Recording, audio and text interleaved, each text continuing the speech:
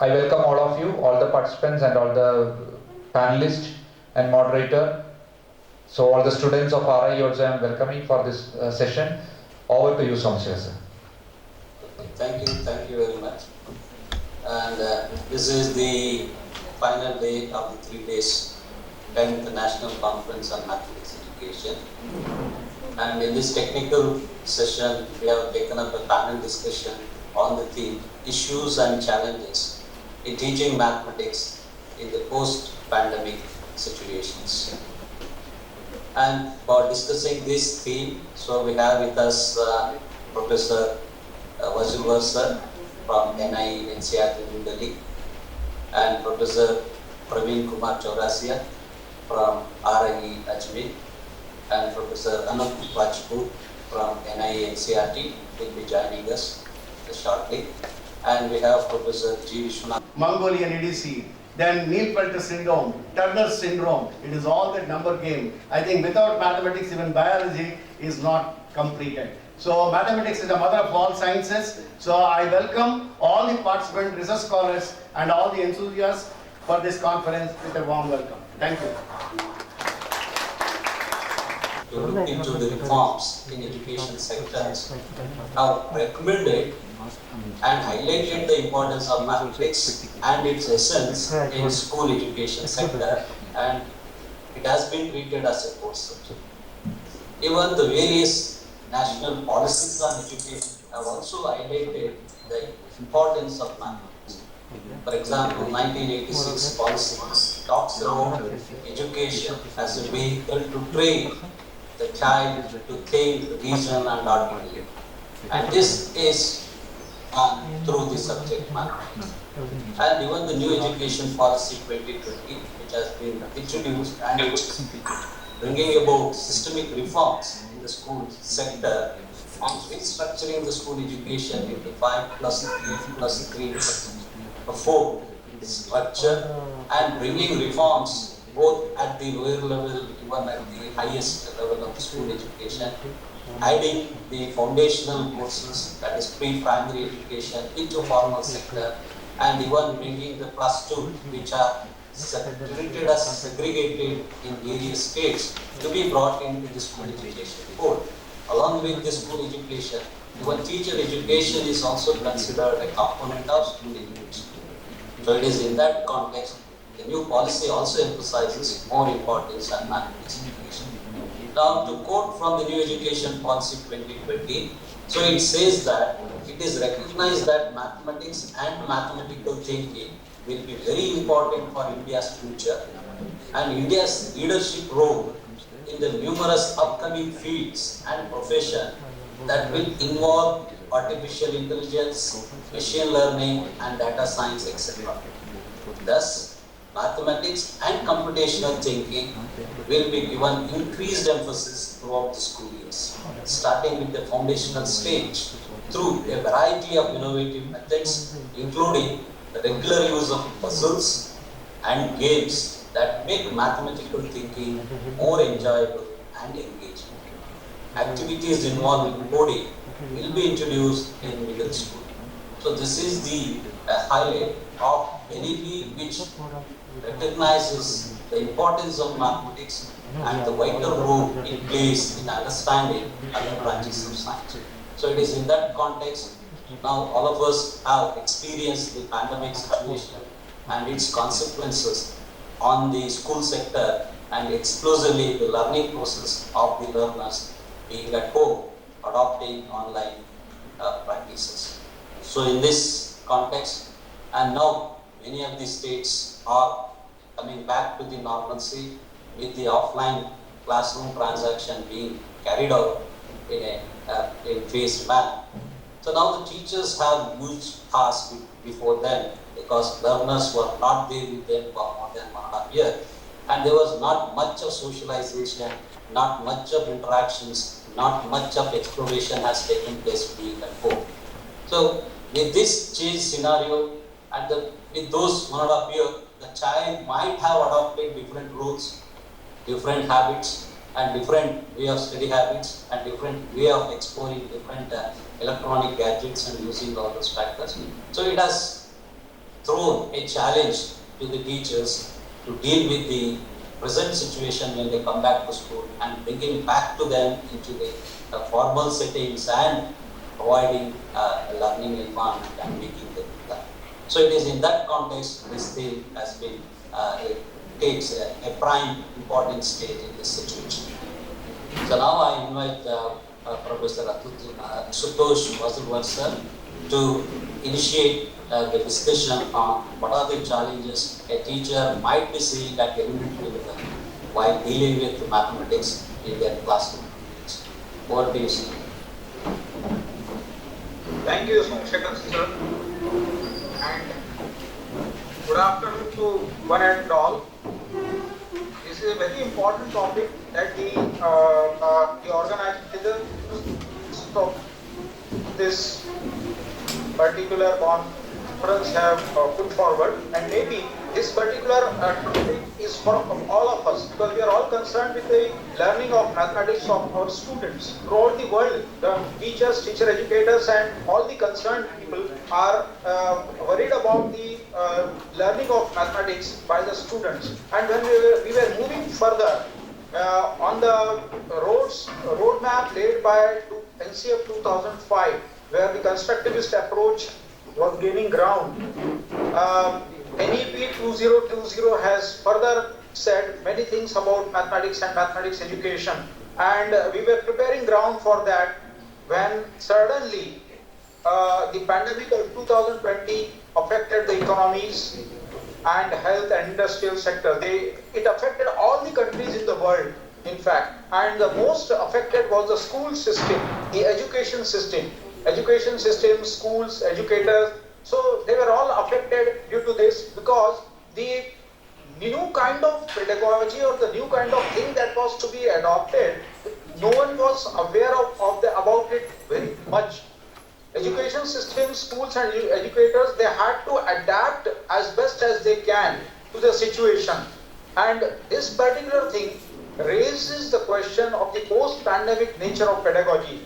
Because during the pandemic, there were lots of issues related to the learning of mathematics. The student and the teacher relation, as Somsekhar sir said, there was hardly any socializing between the students, the peers, among the peers, or with the student and the teacher. And so this sudden transition to online mode had to be made. The educators till now were trained for face-to-face mode of transaction of the subject. Particularly mathematics being abstract, and particularly at elementary stage, it's a tender age when the students are entering the formal state of mathematics education. Newer concepts are being introduced, concepts like integers, fractions, algebra, and so on and so forth. And these concepts we prefer to discuss with the students through visualization, through different activities, and these particular things were gaining ground when suddenly this particular thing, pandemic struck. Now how to do this? So people had to resort to the online teaching because nothing could be stopped. The teaching had to go on, the learning had to go on, and so therefore they had to adopt to online mode of doing things. And this situation has given rise to positive and negative, both kind of effects on the education system. I will try to elaborate on both of these effects during the pandemic and what could be its repercussion in the post-pandemic period also. So about the negative effect, as I said earlier, there was a teacher-student relationship has weakened. The relationship between teacher and student, whatever they face, they have during the normal classroom transaction, there is a face-to-face transaction, and so a certain relationship develops between the student and the teacher and among the peers themselves, and slowly the learning of the concept grows along with that. That particular thing was broken due to this online mode of transaction of the concepts. The opportunities for students to interact with each other, especially at elementary stage, and with their teachers are blurred when they have to learn via radio, television, or some other digital platform. There could be some lecture on the television or some channel, or they could hear it suppose someone could not see it, then through audio it could be heard. But it has got its own restrictions, it has got its own limitations. Another thing is about suitability of pedagogy. The online or distance education is learner driven. Teachers have had to make a transition to online teaching without strategies to help them acquire the skills. They didn't have any time to acquire the required skills. Some of them might have acquired it earlier of their own, but now it was a compulsion for everybody to do that, because otherwise no one could transact the concepts as it should have been. And so they lack the necessary technical and pedagogical skills. Even if you have the technical skill, how to transact it using that particular technical equipment is also a challenge. And so they lack the required pedagogical skills, many of them, to integrate digital devices into instruction and also develop creative initiatives like play-based collaborative learning. That was the most difficult thing that could happen. The situation is also not different for students as they struggle to make adjustments to learn in a virtual classroom. It is something different to work in a normal classroom where you have four walls around you and you have people before you whom you can talk to. But this was a virtual classroom, so it took some time to adjust to this particular culture to the students as well. The sustainability of strategies deployed. Effective homeschooling. Now, children were working from home, they were learning from home, and so parents had to provide them the necessary resources for that. The involvement of parents in this emergency homeschooling is predicted upon their availability and competence. Many times the parents had, for some reason or the other, if they had to go out, then the students would lack the opportunity for the digital devices they have in their home. Not everybody can afford to have that. So the position of basic internet knowledge to set up or troubleshoot technical issues relating to online learning was also essential that many of the homes lacked. Parents are overwhelmed with the plethora of resources being shared without steps on how to use them. That is the most important thing. And parental involvement has been stretched with the need to take up supervisory responsibility. And many times it so happened that children would resort to playing games instead of attending the classes on the videos or on the online platforms. That was one of the drawbacks of this particular online teaching. Then there was a disruption of the academic calendar. The duration of the academic year was affected, and this severely impacted students, as the planned syllabus had to be covered over a shorter period of time. In fact, at the elementary stage in particular, as I said, newer concepts are being introduced. Students, the mathematical concepts grow more in abstraction, and so more teacher involvement, student involvement is required. That particular thing lacked, and so a larger proportion of school children were not able to participate in though they were not able to participate in the online learning, the chances are high that for the disadvantage, that they were out of this particular scenario. The students who could afford the online learning, they also were not very at a very good advantage, but the students who did not have any other of these resources, they were totally out of this particular scene. This means that after the schools open up, the learning will continue from where schools stopped earlier when this pandemic struck. It means that there will be a repetition of schoolwork done during the lockdown, because many of the students will not be able to understand what has been done during this particular period. A student studying in class 6 might be lacking that particular basics about the concepts of, say, integers or fractions or addition of integers or addition of fractions and so on. This she was required to perform through activities and understand through activity. Merely knowing algorithms is not sufficient. So this particular thing may have to be repeated once the students start going to the schools. This was another disadvantage.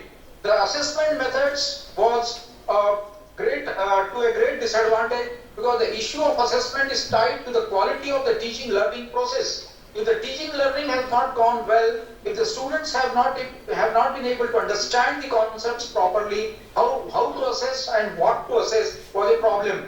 And when I say quality, it refers to fitness of purpose or conformity to generally accepted standards.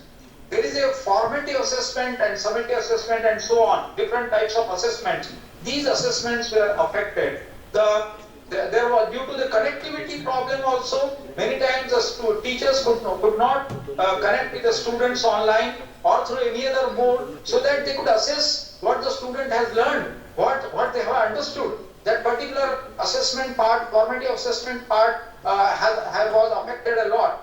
The assessment of the students cannot be done as it had been done traditionally. Though it must remain rigorous, it must take cognizance of the learning needs of students from disadvantaged, rural and low-income backgrounds. So these were some of the disadvantages that the students and the education system in general faced during the lockdown. But there are certain things from which we gained something also.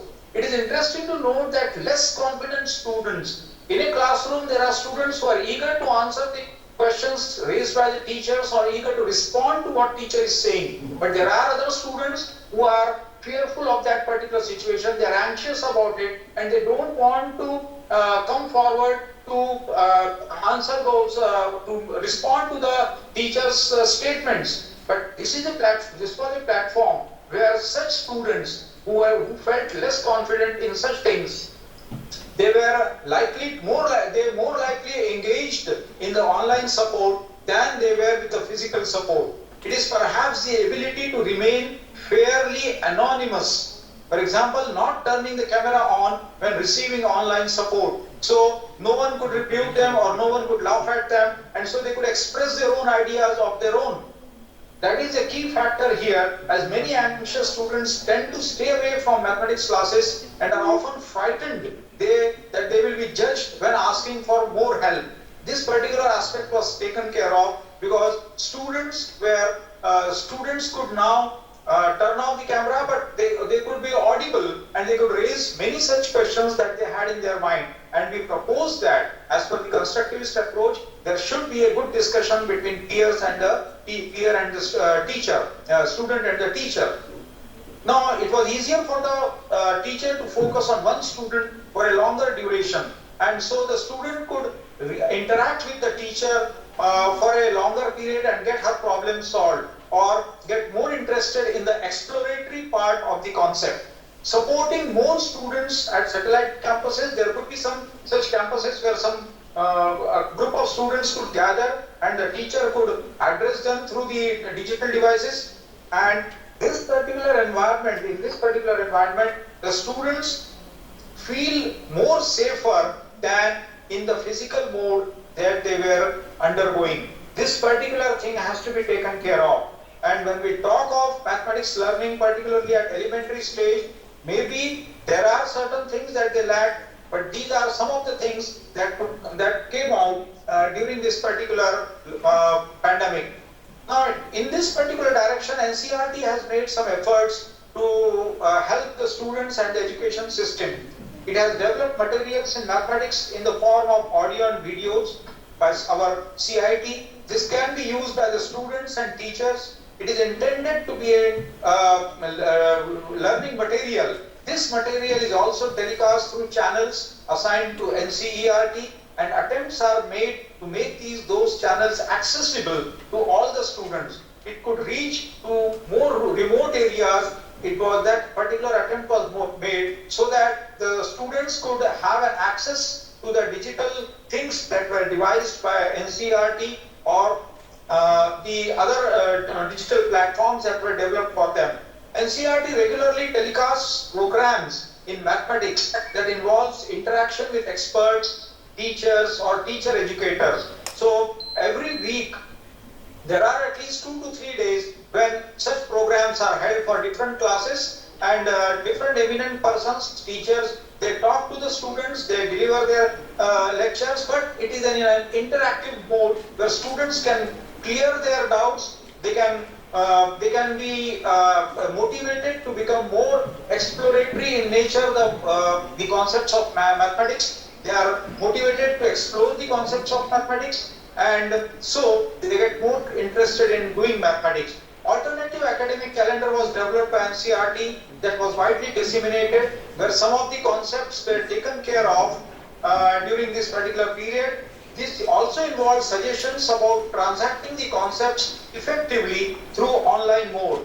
The education system was also made aware through this calendar that the textbooks and supplementary reading material was also available on the NCERT website. So a lot of material is available on the NCERT website that was made available, that was made aware the education system, the teachers, teacher educators, students, and so they could have some access to the material that has been developed by the NCERT. Now, in the post-pandemic situation, when the students come to the schools, after the opening of the schools, students will get exposure to the physical environments of the school. The school system was slowly getting attuned to the digital mode of learning, and during this period, the students got some experience of handling the digital devices. They explored many of them, and now, when they come to the school, when they actually physically interact with their peers and the teachers, they will have a gainful engagement during their classroom sessions, and so they can use the digital mode as well as whatever is being taught by the teacher in the classroom. So there could be a more fruitful interaction with the teacher as well. Similarly, the teachers also gain some exposure to different digital devices and ways of doing things through mathematics, and through this they could engage the students to explore the mathematical concepts more and more in their classroom now. So it will be a blend of both digital as well as the physical things that will go on in the mathematics classroom. So these are some of the points I wanted to bring to your kind notice. Many of our listeners could throw more light on this based on their own experiences, but this, I think, could help the teaching system, the education system in moving forward from whatever we have suffered for the past around 2 years. Thank you so much. Thank you very much, sir. So you have highlighted the real challenges that the teachers are facing, and even the parents at home and the children at home are facing towards learning mathematics. And this, to a certain extent, if the children are studying at the upper primary classes, at the standard 5th, 6th, 7th and 8th, so it is, to some extent, it is a manageable task. The parents can also give their oral instructions and monitor them for the learning progress. But when we come to the lower levels, when the children are in the playway method, they are in the playing mode, and if they are put into pre-primary education or into a formal education, class 1 and 2, it is a big challenge. So to address that issue, and as all of us know that mathematics is an abstract subject, having abstract ideas and introducing the abstract ideas from the beginning is a real challenge. And to highlight those challenges, now I invite Professor Rajput sir to highlight on the challenges that the teachers and learners face at the primary education levels. Over to you, sir. Thank you very much, and very good afternoon to everyone present in this panel discussion. So friends, at elementary stage and even below that, elementary in the sense that we have two groups which have been now named in National Education Policy 2020 as foundational stage and another is preparatory stage, means up to class 5. So from age 3 years to age 11 years, there are specific targets which have been fixed up in the policy, and these are now to be looked into. And particularly these have importance when we say that numeracy skills are important in addition to the linguistic skills, as had been mentioned in the morning session by Professor Mahesh Sharma also. So that has already been identified here, and that is certainly is to be seen in our whole system, how prepared we are, what are the problems which we normally have seen in our whole process. So my major concern is that when policy has highlighted that foundations of the students are weak, foundations in the sense that when they enter class 3 or class 4, obviously they enter these classes with a lot of learning gaps which they are supposed to have, but they do not have that. So keeping that in view, it is essential that we should somewhere talk about how these foundations are to be made strong and how children should be provided those opportunities in which their learning should. So I was mentioning that investing in lower classes is much more important than putting more money at the higher stage or maybe at primary or upper primary stage. So therefore it is essential, friends, that we should give more emphasis, and Government of India has already identified this, and one mission has been formed at national level, which is about the national inputs on proficiency in reading and numeracy skills. So this has been given importance, and appropriately the state governments have been asked to have state missions on this issue. So they should work in tandem with NCERT. NCERT has developed learning outcomes which have been given there, and following that, when children will enter into class 2 or class 3. Another important aspect of this is that because we know that the numeracy skills are very big, but what do we understand by numeracy skills? Do we only understand about numbers? In numeracy, somewhere is indicating that we talk more about numbers, which has been talked in detail by Dr. Mahesh Sharma in morning session. But it is not only that. See, our major function, major role and major objective of foundational learning is on developing mathematical thinking, in developing logic and reasoning among children. They should not accept things, they should question, and that questioning is very important. If they do not question, obviously they learn by rote and then may forget after some time. And that I used to say that if you ask a teacher or a student who has passed out any examination, a few things, say for example, very simple example of our daily life situation is that if you are getting buy one get one free at a shop, and another shop is giving you 50% discount on whatever you buy, and if you have to buy something from the shop, which shop will you prefer? Buy one get one free or 50% discount? When you are talking about buy one get one free, how much discount you are getting? Will your student of class 10 be able to solve such problems and take appropriate decisions at appropriate time? This you have to find out. Many of you may also find, but most of the students are not capable of doing this.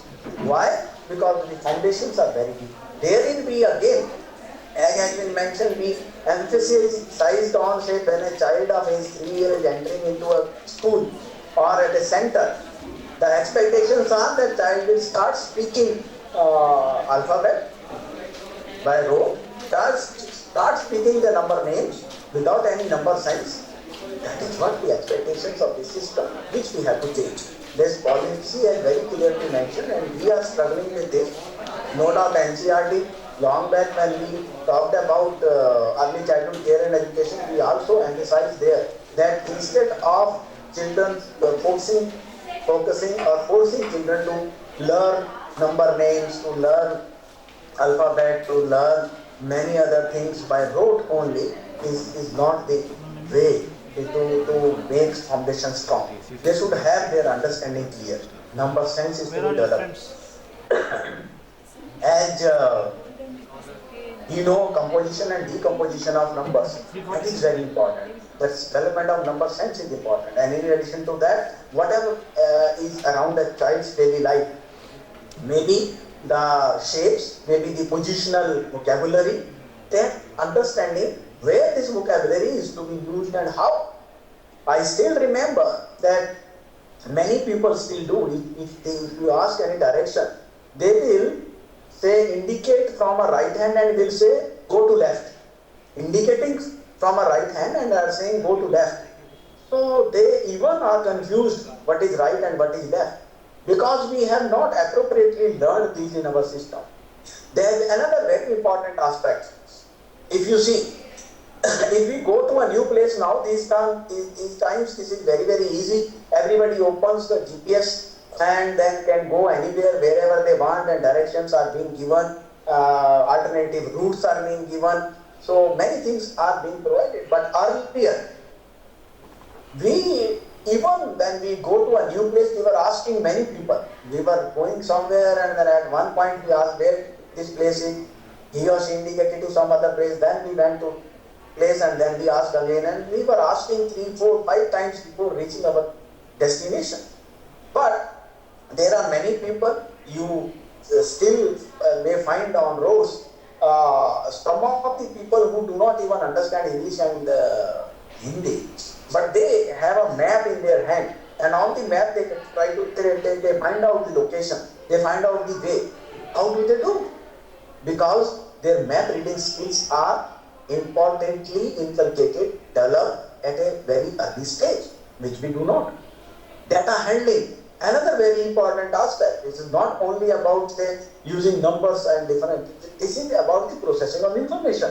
This is the time of information. When information is available at many points, how it is then processed and how child uses this in order to take appropriate decisions.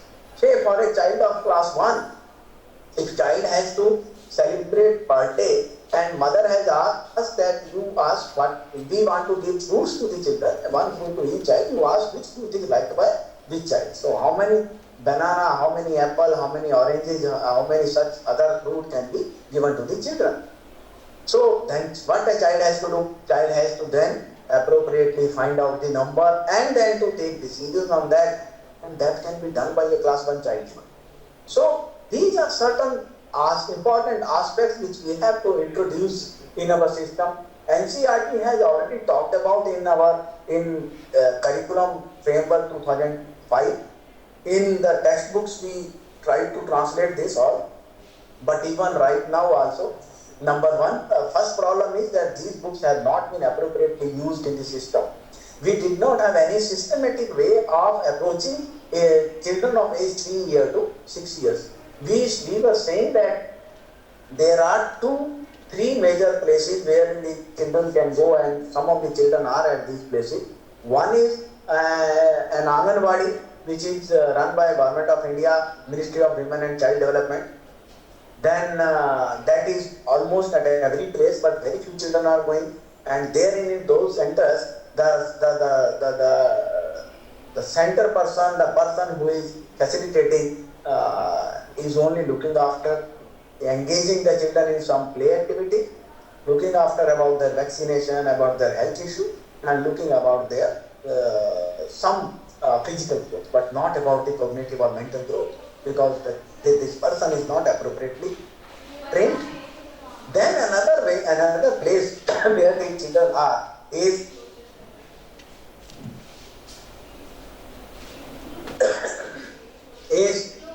standalone nursery school, which are mostly run by private institutions in our country. They force more on reading, writing rather than on thinking on that, rather than understanding. And then third place is children who are in a school who is associated with primary school, nursery school. There is once again the emphasis is on more on cognitive. So now we have to systematically talk about this. In Nipun document, it has been very clearly mentioned that there are 3 goals. Goal 1 is about the health and about the health, physical and mental growth of the child. Then goal 2 is on communication, where we want the child should be an effective communicator. And then goal 3 is involvement of child in his or her surrounding, involved learner. Whatever is around the child have curiosity about that, raises questions on that, and try to find out answers from the system. From the system means either a material means either through teacher, either through parents, either through siblings, either through peer in the classroom, and so on. So there are these many ways, but each one that children should do it, and their development in all these 3 goals should be taken up appropriately. So therefore it is essential that while we talk about primary classes, we should give more emphasis to all these aspects in addition to the thinking, mathematical thinking, using that in daily life. This is the time when children can have a habit of critically looking into everything. Critically looking into everything means whatever is being presented to them, they should always analyze by their own and should be able to ask questions.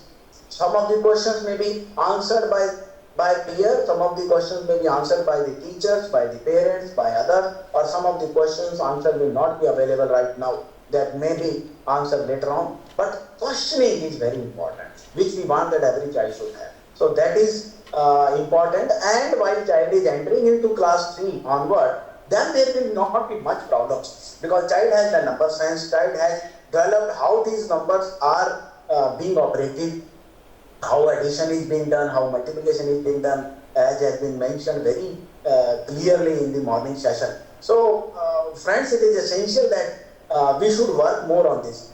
And last but a very important aspect is preparation of teachers. Are our teachers prepared to have this? In our system, if we are now saying that class 1 and 2 used to be shifted to preschool area. So now we are saying that this preschool area or the foundational stage is from age 3 years to age 8 years. So when class 1 and class 2 used to be shifted to this area, will it be only physical shifting or there will be some mental shifting? Will the teacher of primary school be able to talk about class 1 and 2 in addition to age 3 year, 4 year and 5 year?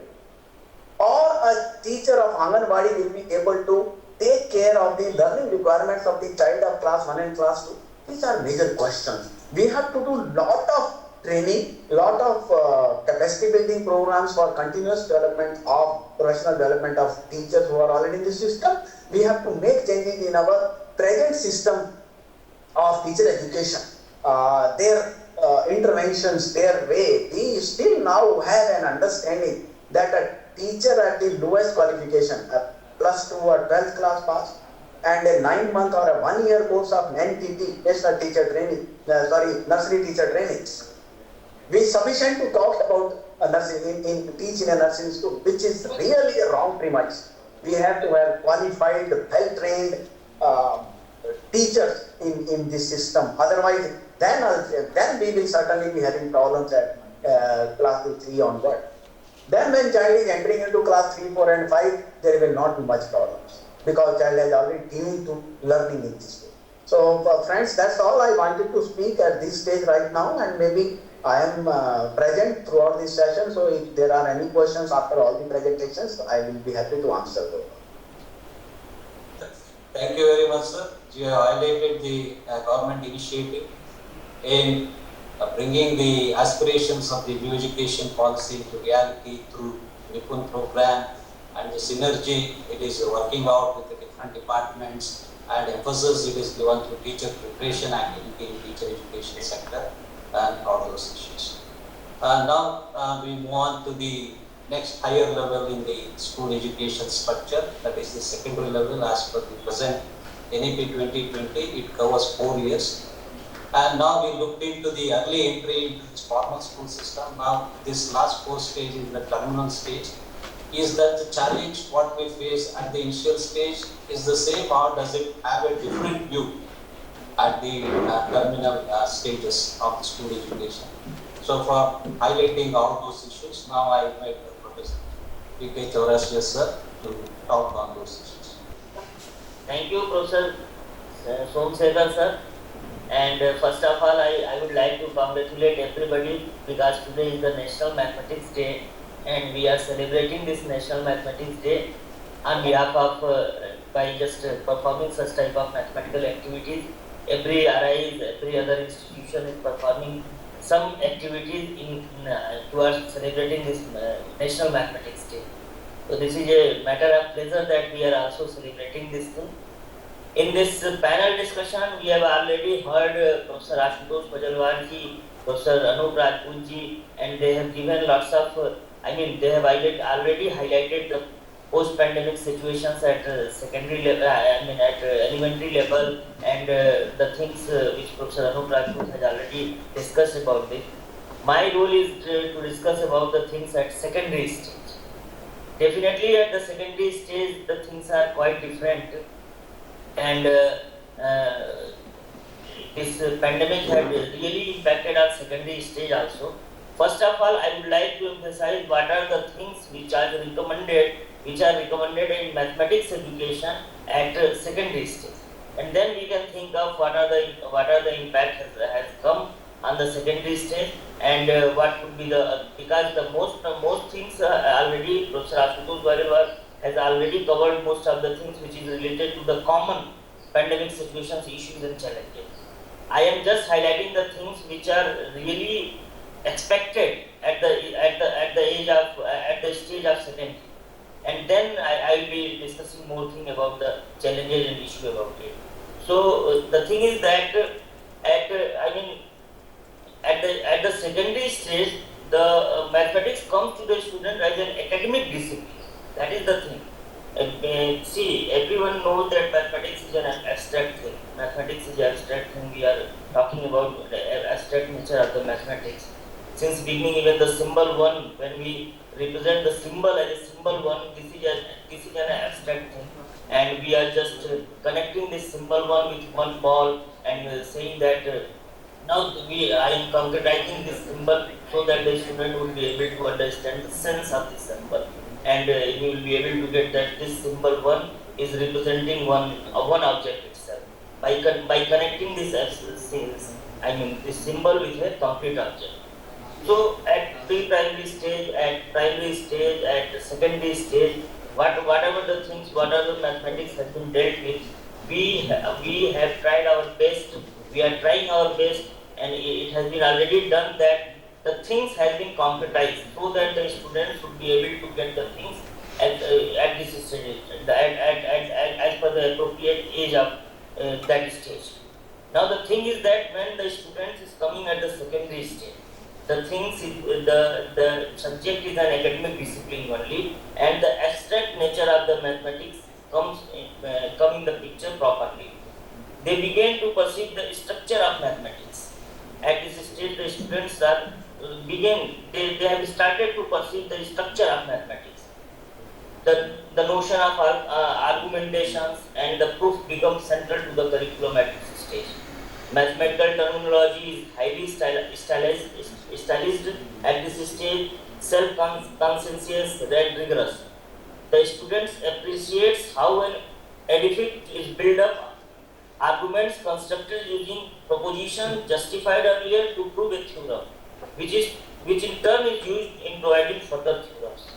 So this is the thing, the nature of the thing, the nature of mathematics which we talk about. In fact, at this level we talk about the processing of the concept. There are few things which is very essential at the secondary stage, like the problem solving is there. Let me give you that. The basically at secondary stage, it is the crucial, it is the core that if we are processing any concept at the secondary stage, these are the five core things which is related to the mathematics education, and it is very essential. That is the problem solving. We are talking about to build new mathematical knowledge through problem solving. Basically, whenever we are, suppose in trigonometry, we are talking about the trigonometry. We are taking examples of a circle, and we are from that example of a circle, we are trying to develop the entire concept of the trigonometry at the secondary stage. We are talking about sine, cosine, everything, and we are just taking the example of a unit circle, and by this unit circle, we are developing the entire concept. So, building this new mathematical, so problem solving, we are taking the problems on unit circle, and we are developing the entire concept of trigonometry at secondary stage. Solve problems that arise in mathematics and either other contexts. Definitely, if you are talking about I am just taking the example of trigonometry itself. Taking the problems from height and distance. Definitely, height and distance, the theory which is related to the height and distance chapter of trigonometry, you can see that we are taking the problems of daily life, some other context, different context problems we are taking and catering there itself. Apply and adapt a variety of appropriate strategies to solve problems. This is very crucial because at that moment, at the stage of secondary, we have different, different situations are there, and we can adopt any of the situations, and then we can move towards the solution.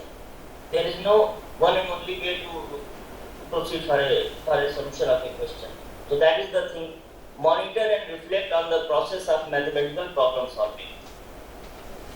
The other thing is I am just discussing about the processing of the concept at secondary stage.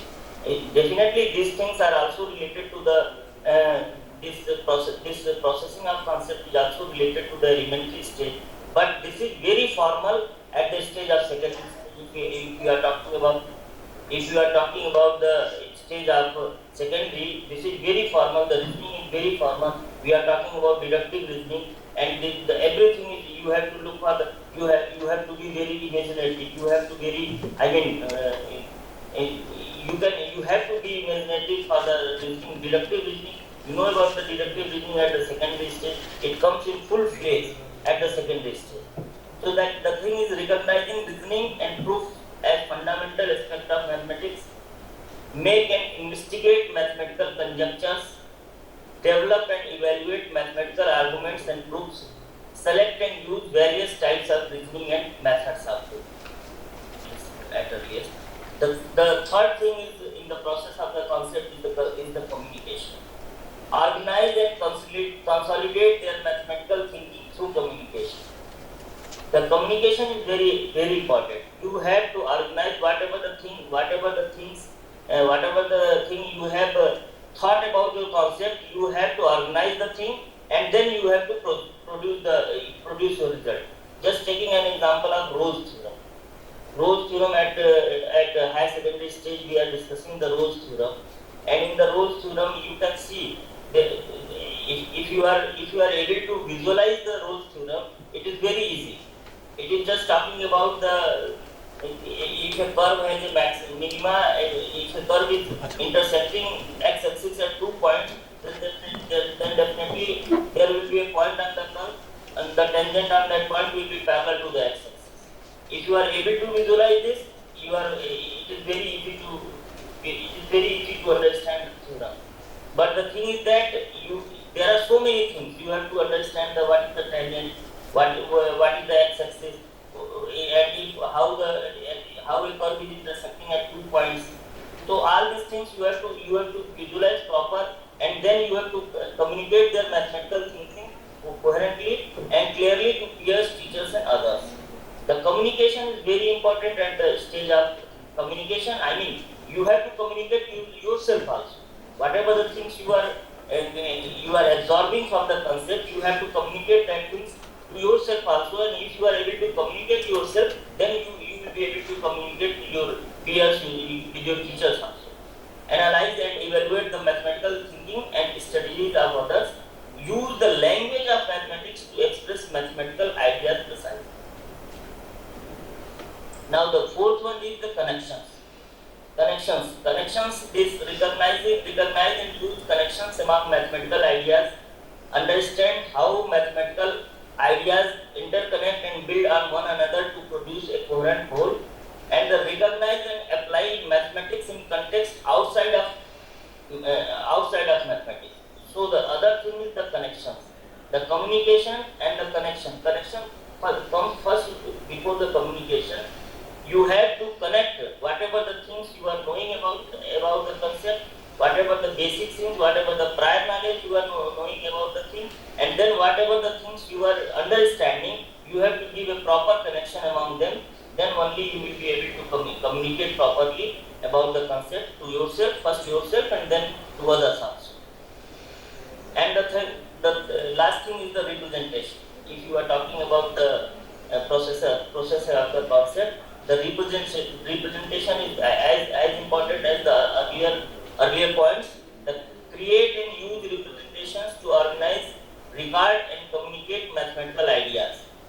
Select, apply, and translate among mathematical representations to solve problems. Use representations to model and interpret physical, social, and mathematical phenomena. So these 5 points which I have taken just here, because see, now I am coming to the situations which we have faced in last 2 years. If these things has to be dealt online, if the concept has to be dealt online, then what is the curricular expectations at this? What is the expectations of mathematics at this stage? Mathematics has to be learned, mathematics has to be understood, and mathematics has to be done mathematically. So are we able to do the things in such manner itself? The thing which we have dealt with, there are things. Professor Vajalwar has used one word, that sudden transactions. Actually, lots of things were going. We are in the process that we are developing the things. We are coming with the online solutions of the thing. And at this stage, so many things were already, like in mathematics, the software GeoGebra is already there. Lots of this visualization, the thing. The opportunities offered by the technology, we get visualizations, data handling, and even proving also. Definitely the things were there, but when we faced this situation, all of a sudden, we were not ready to do the things in a very precise manner. The good thing is that, as per the development of the things, whatever the things were at the starting of the pandemic, at the last of the pandemic, most of the things were very nice, and that was we were able to understand the thing very nicely, and the progress, the development in the in the last period of this pandemic was quite satisfactory.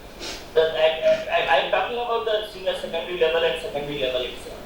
In NEP 2020, we are just taking the secondary stage only. We are not taking the senior secondary stage. We are just now we are taking only the secondary stage itself, and it is covering from class 9 to class 12. And therefore, the things, as per the transition, the things are improving, and we are just observing that with the use of these online tools, with the use of these online tools,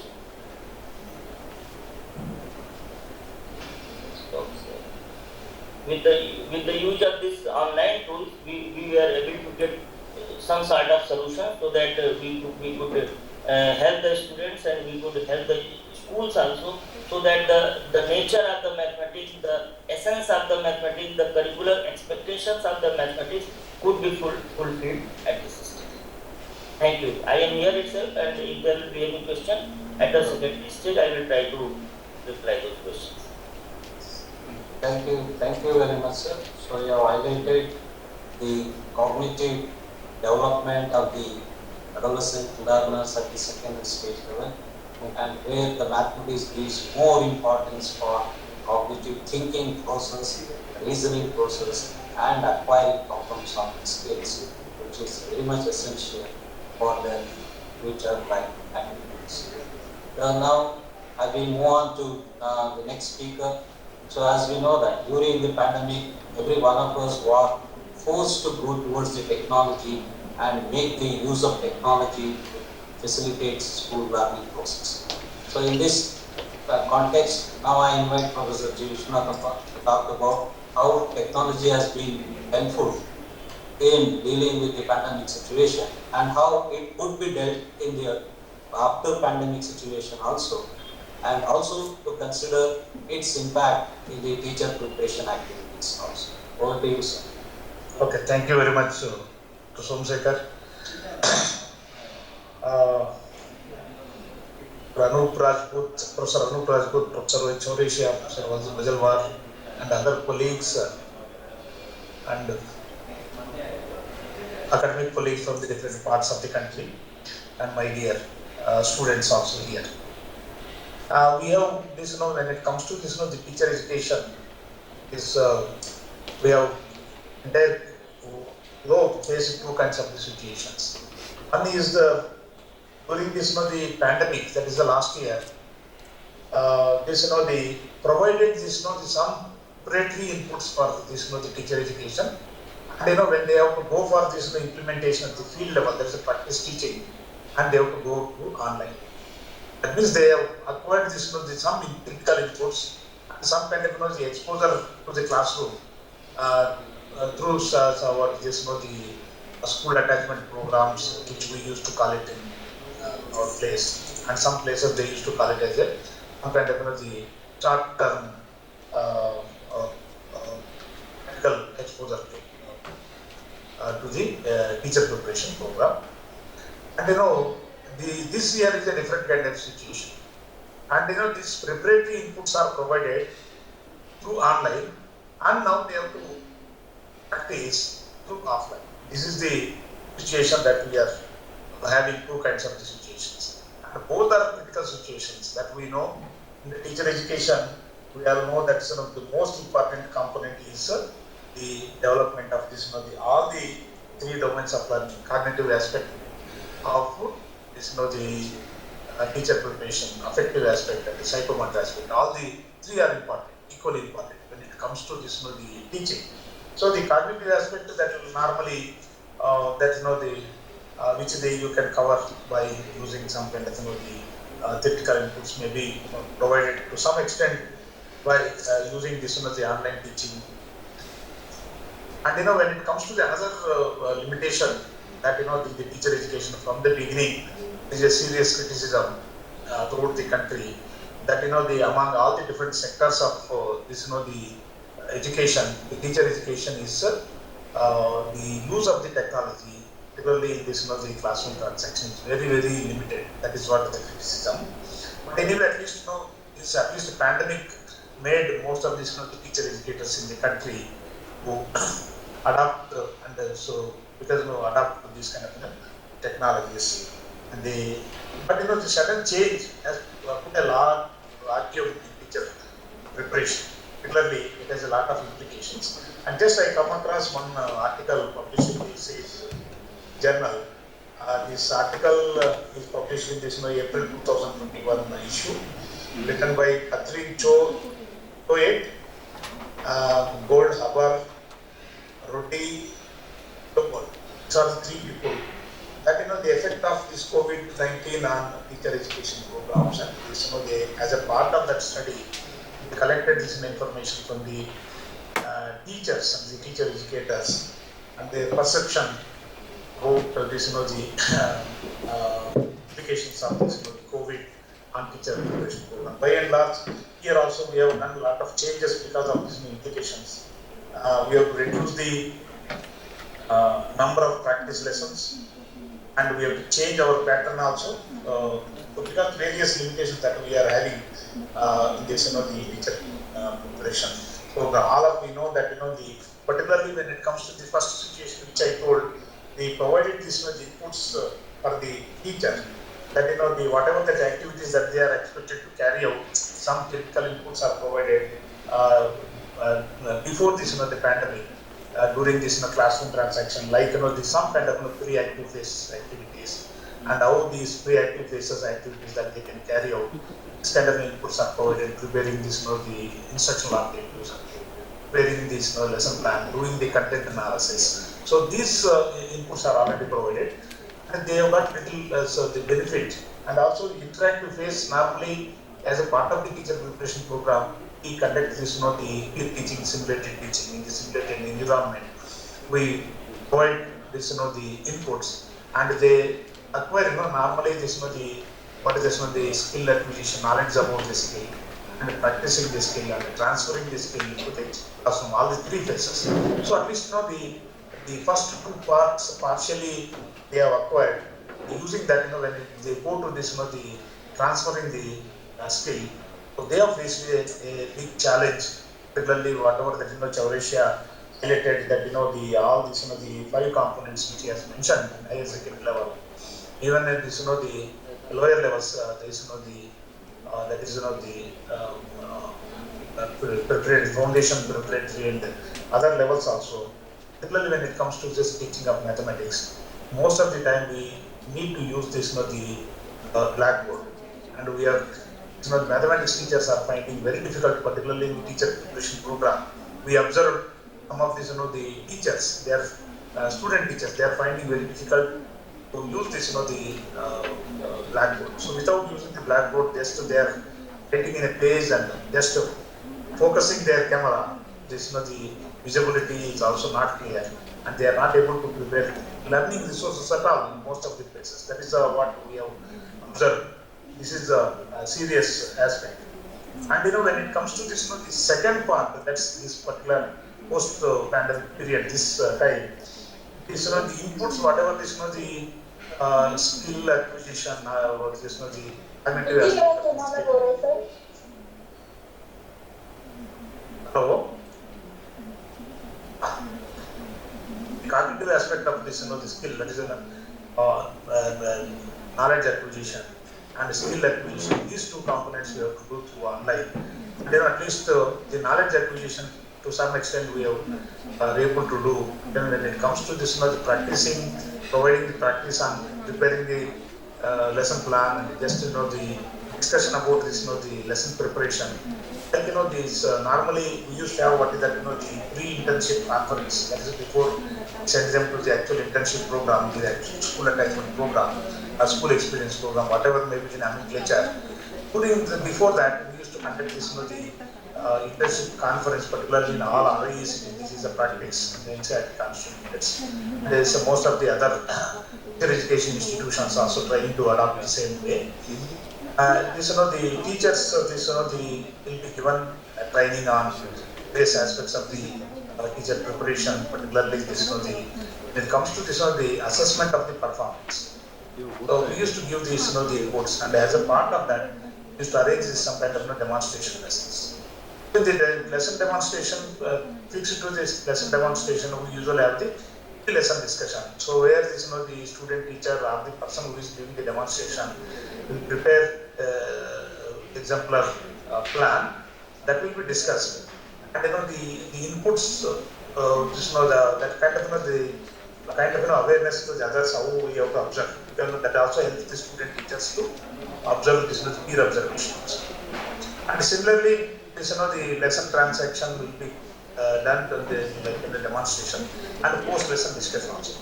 These aspects, we could not provide these inputs, we are missed in this program because of this teacher preparation program. We have what is the continuous teacher field experiences. We are not sending it only at the end, and from the beginning it is there. Even the other courses also from the third semester, and whatever the input, they have to get aware about this school and school practices and school facilities, school resources. These are facilities that are not there.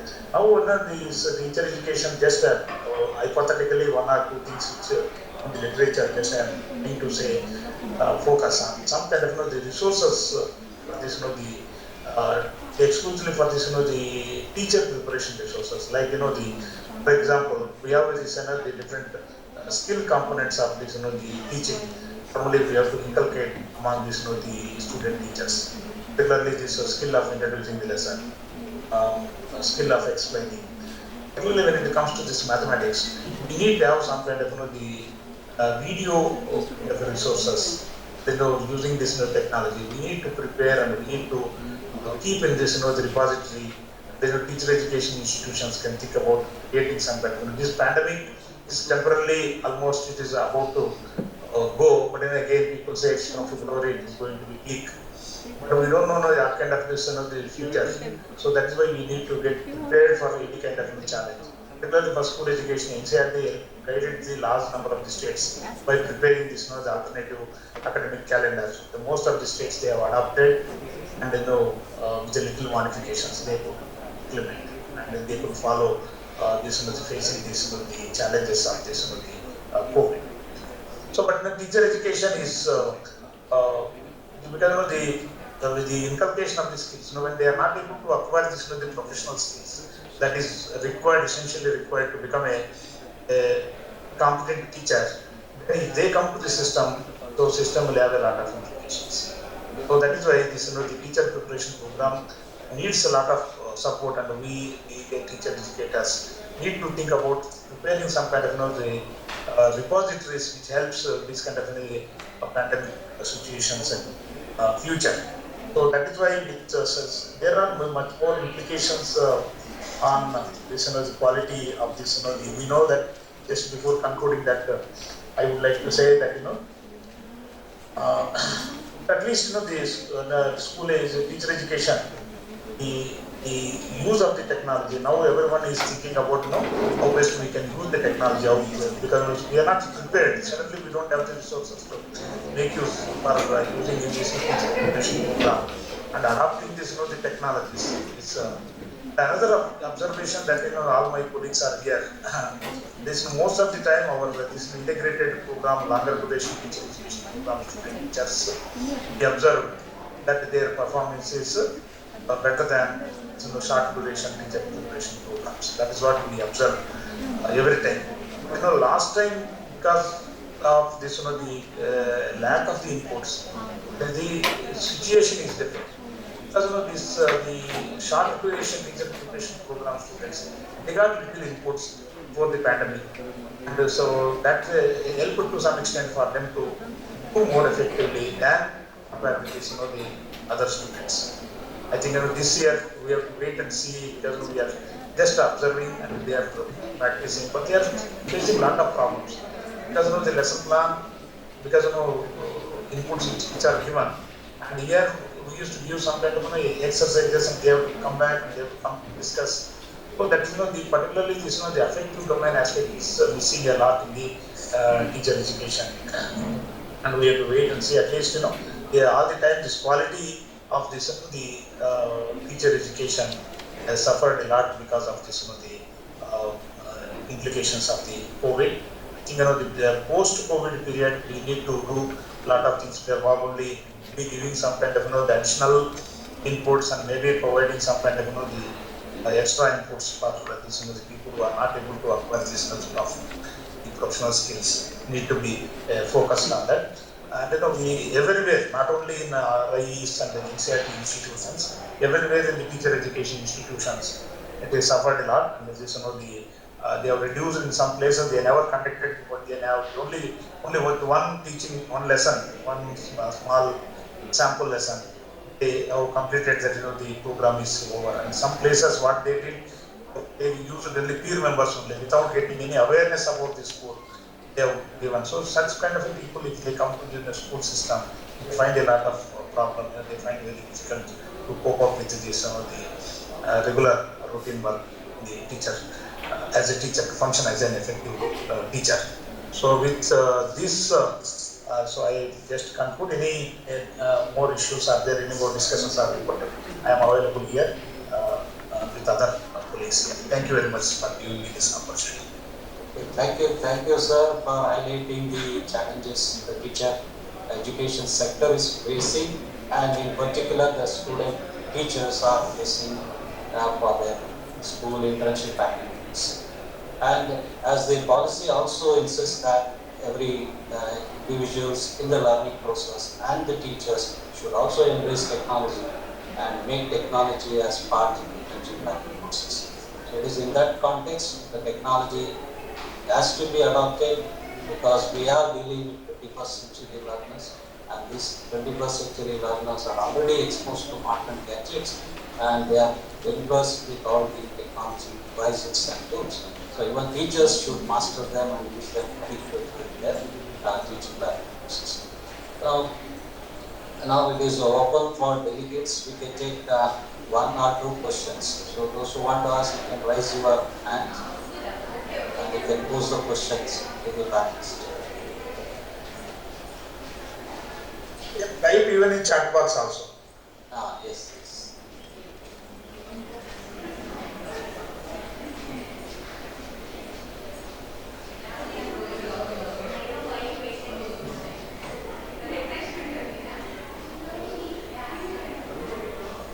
So you can unmute yourself and you can pose question to the panelists.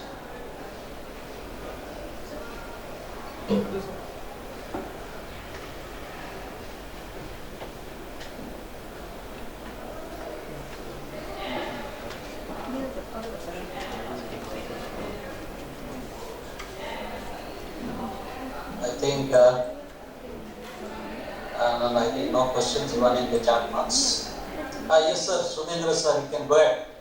Unmute yourself, sir. Sir, unmute yourself. Unmute. You are not audible.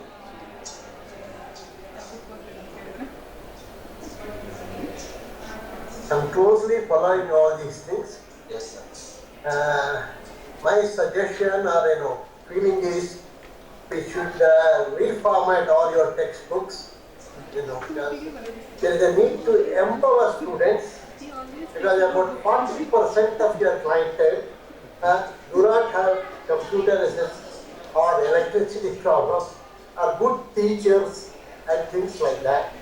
The only way perhaps the Bible they have is your textbook, and we should format that such that even in absence of good teachers or other problems, they still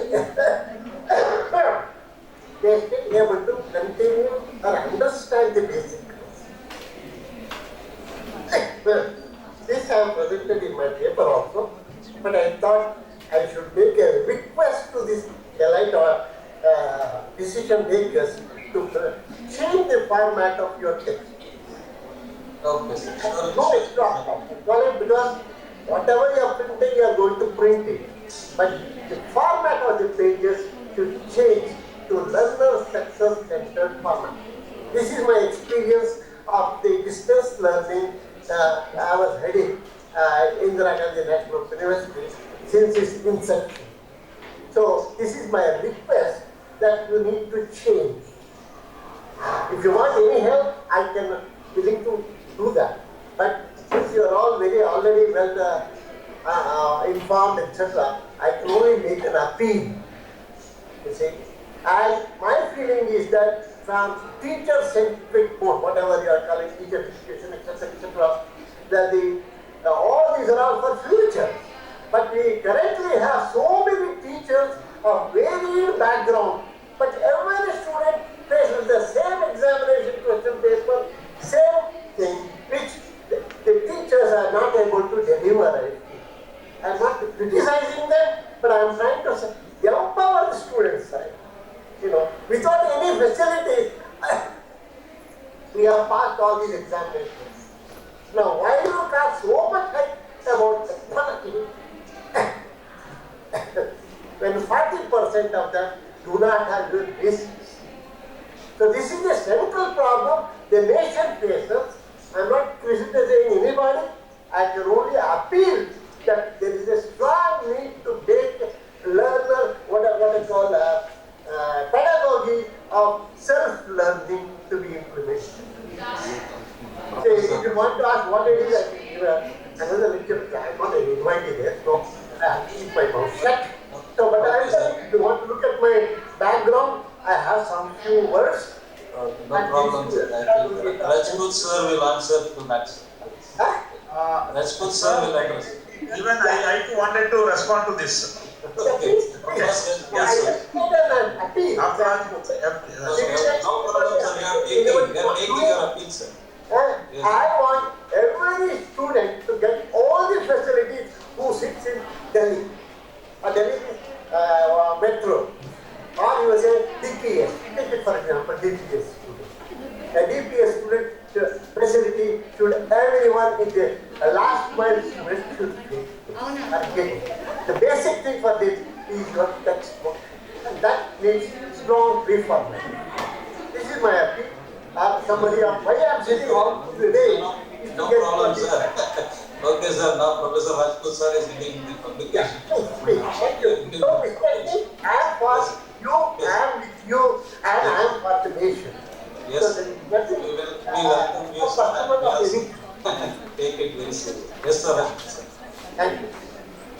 Yeah, thank you, Dr. Sujendra ji, for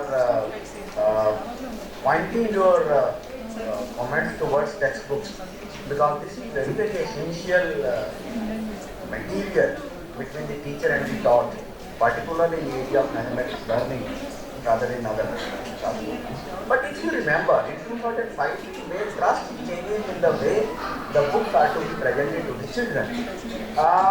no doubt, up to class 3 or maybe now class 5, we can say children do not have that much reading capacity developed as they are. So therefore, the books are to be mediated by teacher.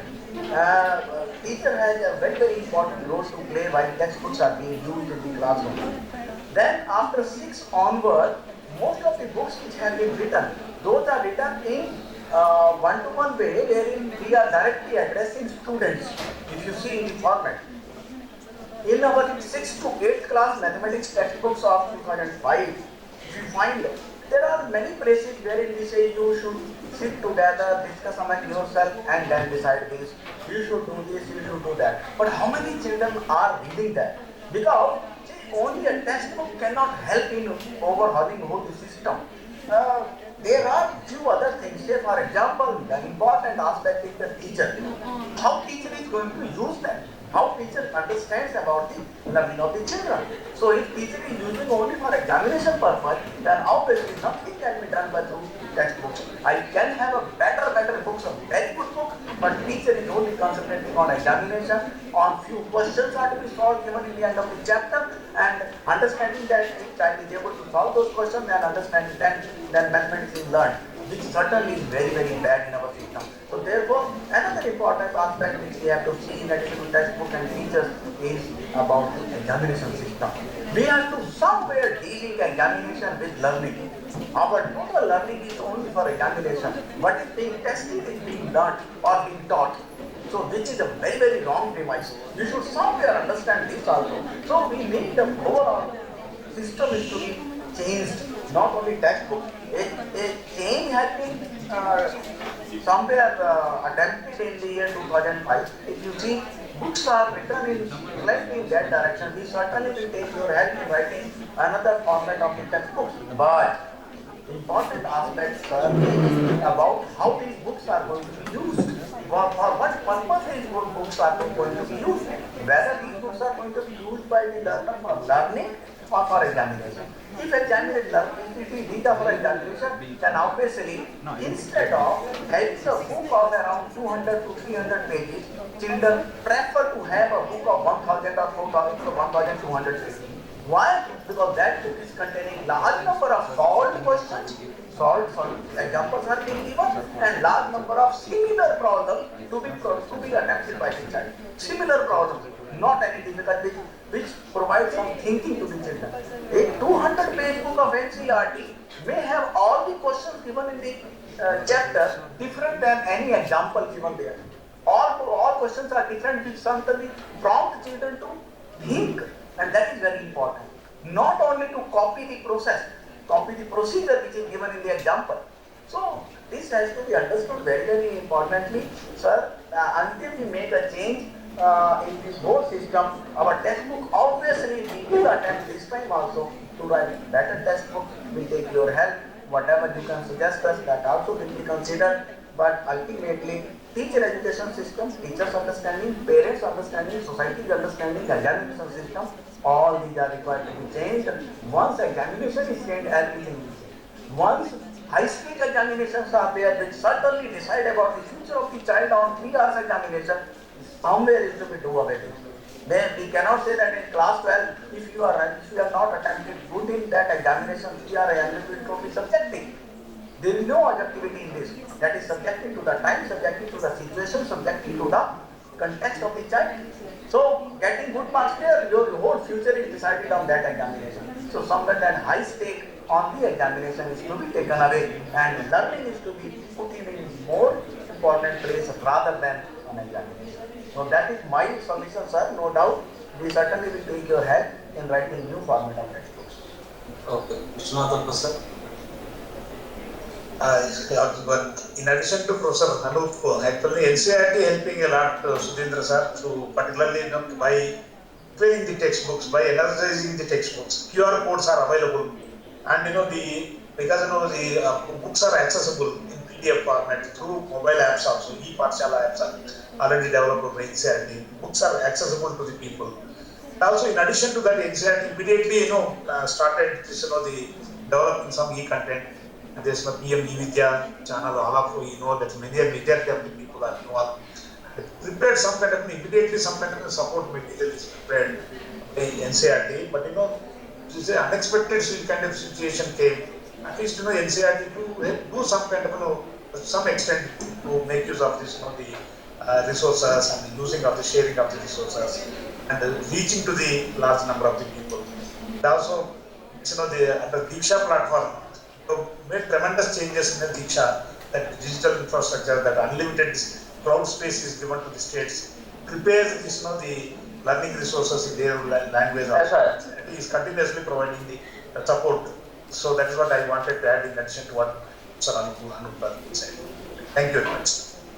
Thank you, sir.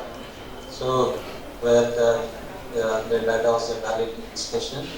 Yes, sir. Sudhindra, sir. Last remark. Sorry, don't mistake me. I'm just passionate to improve things if it is possible or with you people, because you are in power. I am powerless. All right. So it's very true. But I can also tell you, as a service to nation, I can give you a soft copy of my book if you are interested, so that every child should get a copy of this. This is the essence of my effort I have put up. It's up to you to decide, but I have, from my end, I am even willing to give you a soft copy so that every child should get a copy to see what to look at the maths. We are telling of empowering, I am talking of empowering based upon our experience of distance learning, being a sort of a scientist, come educators, all the whatever component you think education should have. I have gone through that part in my life and I have written this. For example, if you look at my back of my book, I say every student is a distance learner during off-school hours. During off-school hours, every student is a distance learner. So whatever the problem is a pandemic, yeah, that will take care of it if you follow some of these things. And thank you. I am willing to share this with the competent authorities or even the soft copy which you want to use or whichever way you are trying to do that. Okay. Thank you very much, sir, for the generous support in sharing your knowledge and your fact. Thank you very much, sir. So I thank all the four panelists, Professor Anand Rajput, Professor Vajinwar, Professor Murasi, and Professor Krishna, for talking about the current situation of issues and challenges teaching of mathematics in the post-pandemic situation, and gave their views and their thought, and even some of the issues for delegates to think over and find their own solutions and implement immediately their classroom problems. So with that, I thank each one of you and also all the delegates who are part of these panel discussions and make this program a success. Thank you all. Thank you so much, Thank you sir. very much everybody in the panel and all the participants also. Thank you, sir. Thank you. So now we will break. Thank you, sir. very much. Each one of you. Sir, we will break for 15 minutes and we will join back exactly at 4 o'clock. We have to have the... Madhu, sir. Sir. Yeah. Hello. Am I audible? No, sir, that's it.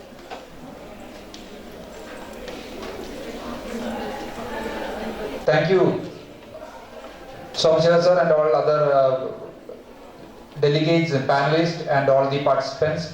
So now we will break for 15 minutes and we will join back here, and valedictory function will be at exactly at 4 o'clock. We will begin valedictory function. Please join for that one.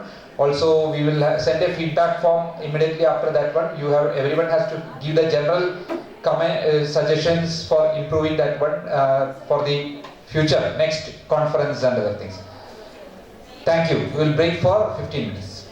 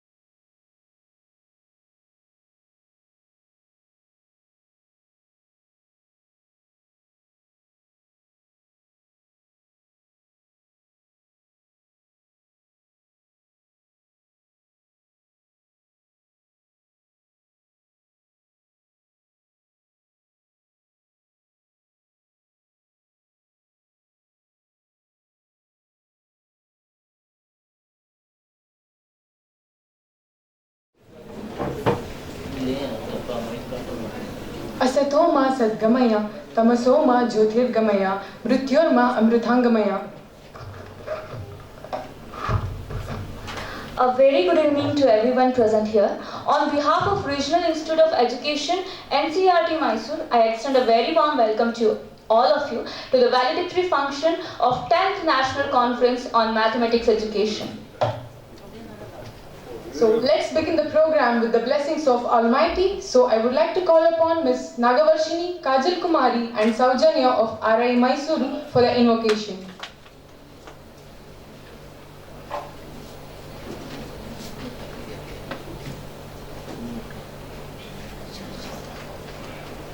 यं शैवाः समुपासते शिवैति ब्रह्मेति वेदान्तिनः यं शैवाः समुपासते शिवैति ब्रह्मेति वेदान्तिनः बौद्धाः बुद्ध इति प्रमाणपटवाः कर्तेति नैयायिकाः अर्हन्नित्यता जैनशासनरताः कर्मेति मीमांसकाः क्रैस्ताः क्रिस्त इति क्रियापररताः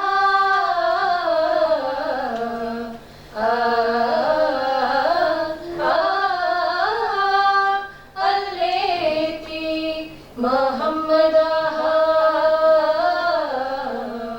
सोऽयम्भो विदधातु वाञ्छितफलम् त्रैलोक्यनाथो हरिः.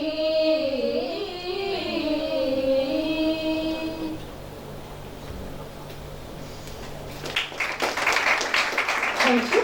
Now I would like to invite Professor V.S. Prasad, Head of Department of Education in Science and Mathematics, RI Mysuru, to welcome the gathering.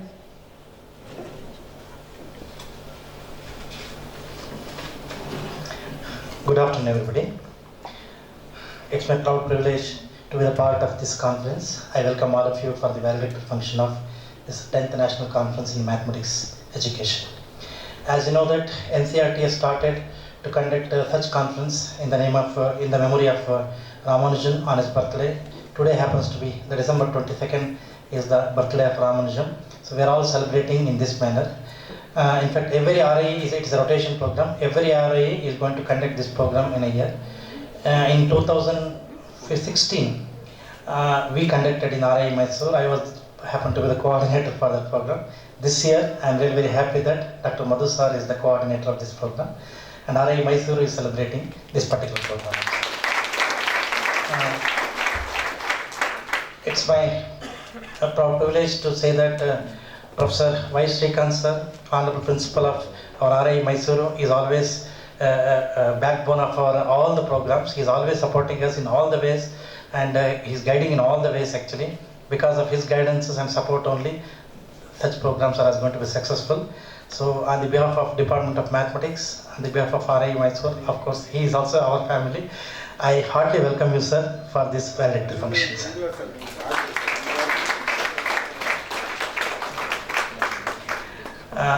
Today's chief guest. In fact, for this program is chief guest. To be frank with you, I would like to say for me he is a godfather. From last 25-30 years I know him very well. Professor R. Rangarajan sir, Chairman of the Department of Studies in Mathematics, Mysore University. I heartily welcome you sir on behalf of RI Mysore and I am very happy to welcome Professor G.V. Gopal sir, our Honorable Dean of Instruction, RI Mysuru, for this valedictory function sir. He is also always guiding us and supporting us in all the ways. Thank you so much sir. Welcome you sir. I am very happy to welcome Dr. T.V. Somshekhar sir. He is also part of our team for this valedictory function sir. Of course, Dr. Madhu, my colleague, my brother, I can always say that he is the real backbone of this entire program. He did very well. Welcome you, Madhu. Formally.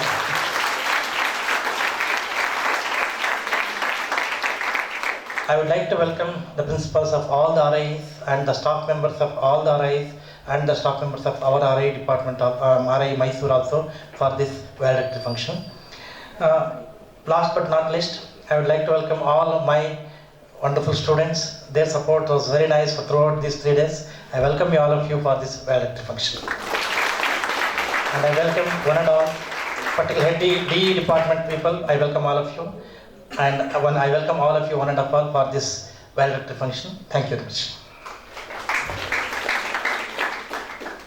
And I also welcome our beloved Professor Prasad sir.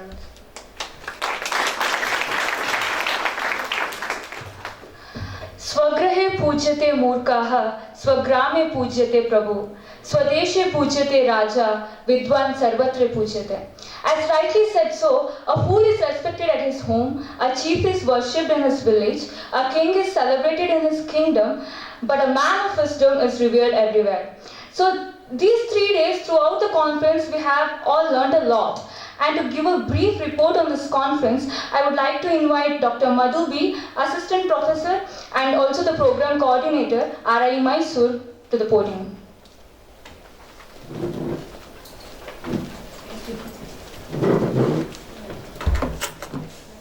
First of all, I would say thanks for everyone for supporting me throughout this conference. When beginning on the first day of assigning that task to me, I was literally worried about how to finish that one. It's a national conference. When Sir told 2016, when I was here, that how it was happening, that all the effort.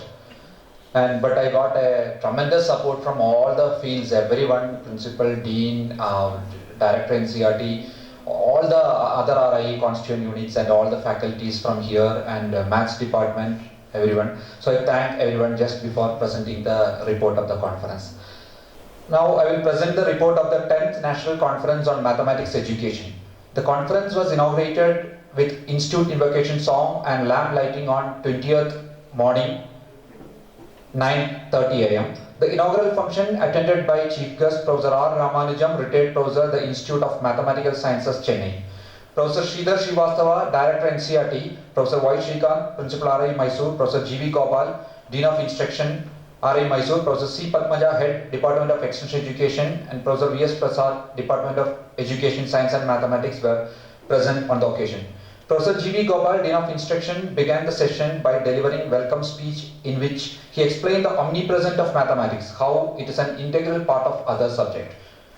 And Program Coordinator explained about the modalities of the conference of these days and explained that out of the 120 papers came, 71 papers were selected by the screening committee and after that arranged the 6 keynote speakers and a panel discussion for the conference. The Honorable Chief Guest, Professor R. Ramanujam, retired professor, considered as a doyen on his field of specialization in mathematics, very nicely explained how mathematics education matters, same like how planet matters.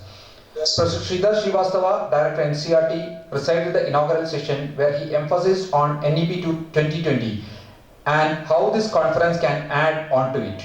Professor Y. Shrikant, Principal RI Mysore, also graced the session by giving a strong message that emphasis should be given on mathematics education right from the young age. He told that mathematics plays critical role in child's life, suggested that it can be integrated with the art for better and easy understanding. He also suggested to prepare effective audiovisual materials and to use ICT. The inaugural session was concluded by Professor C. Padmaja, Head, Department of Extension Education, who gave vote of thanks and expressed her gratitude to everyone for being the part of this grand intellectual gathering. After that, there was technical sessions in which there were 6 keynote speakers, 1 panel discussion and 8 paper presentation parallel sessions. In the technical session, first keynote address was by Professor R. Ramanujam and it was chaired by Professor A.K. Rajput, NIE, New Delhi. His topic was mathematics education for the 21st century. The talk was highly organized and the speaker highlighted key points regarding ICT and artificial intelligence. The speaker also promoted research in mathematics education and highlighted the need and importance and relevance in research in mathematics education at present. Second keynote speaker was Professor Hukum Singh, retired professor NCERT, and his topic was learning resources for mathematical pedagogical issues. It was chaired by Dr. Vijayan K of NIE New Delhi. Hukum Singh ji's keynote address was very much impressive and energetic. He mainly emphasized on the usage of low cost and no cost material in teaching learning process in a very thoughtful way. He stressed the importance of art integrated learning. His views on ancient Indian mathematics were very informative. After that, there were 3 parallel sessions were held, and it was chaired by Professor BSP Raju sir, then Dr. TV Somashekar and Dr. Saurabh Kapoor from RI Bhubaneswar respectively, and these sessions were moderated by Dr. Raman Nambudiri, Dr. Vidya KN and Mr. Raghu. Total 30 papers were presented in the first day. Second day, we begin with Dr. Shailesh Shirali, the director of Sahyadri School, Pune. His keynote address using historical themes in the teaching of school mathematics. It was chaired by Professor Wazalwar, NIE New Delhi. The session shed light upon many historical aspects which make the mathematics learning interesting and easy. The explorative method, proof writing approach and pedagogical takeaway is the highlight of the keynote. He presented 3 problems and its historical background, and he also emphasized on what a student teacher or a teacher should concentrate in pedagogically when he presents the problems.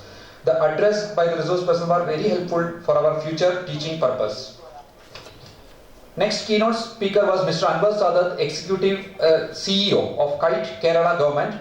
His topic was handling digital divide in mathematics, and the session was chaired by Professor P.K. Chavrazia from RI Ajmer. The keynote address gave information about all the digital devices used by the state of Kerala for bridging the gap between the students from a low economic background and online teaching. We got to know that the detailed process about the implementation of ICT for development in teaching field. After that, there were paper presentations were there. First 3 parallel sessions were from 2 to 3:30 p.m. On the themes innovations in teaching mathematics, learning resources for mathematical pedagogical process, and professional development of mathematics teachers. Chairpersons were Professor BSP Raju, Dr. Arup Saha from Bhubaneswar, and Dr. TP Sharma from Delhi. It was moderated by Dr. Raman Nambudiri, Dr. Vidya VN, and Raghu VD. After around 27 papers were presented in that session. After that, there were 2 parallel sessions of paper presentation from 3:45 to 6 p.m. First one theme was innovations in teaching mathematics, chaired by Dr. Vijayan K and moderated by Dr. Tampu. Session 2 was learning resources for mathematical pedagogical process, chaired by Dr. Ashwini Kumar Garg from RI Bhopal and moderated by Dr. Santosh Kumar. Third day, today actually National Mathematics Day. We begin started our program by celebration of National Mathematics Day to commemorate the birth anniversary of Ramanujam.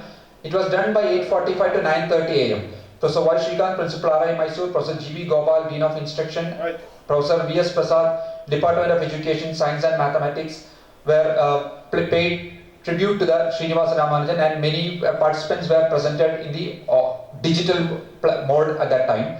And Professor Y. Shrikant, Principal RI Mysore, talked about Sri Ramanujan's dedication and interest in subject which was inseparable.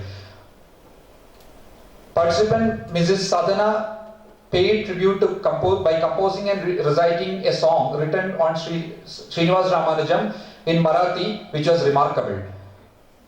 Professor Mahesh Sharma from US recalled the contributions of Sri Ramanujam on the field of mathematics. Our RI Mysore student Ashfa briefed about the life story and achievements of Sri Ramanujam. After that, we had the 5th keynote address by Professor Mahesh Sharma, the founder and president of the Center of Teaching and Learning Mathematics from USA.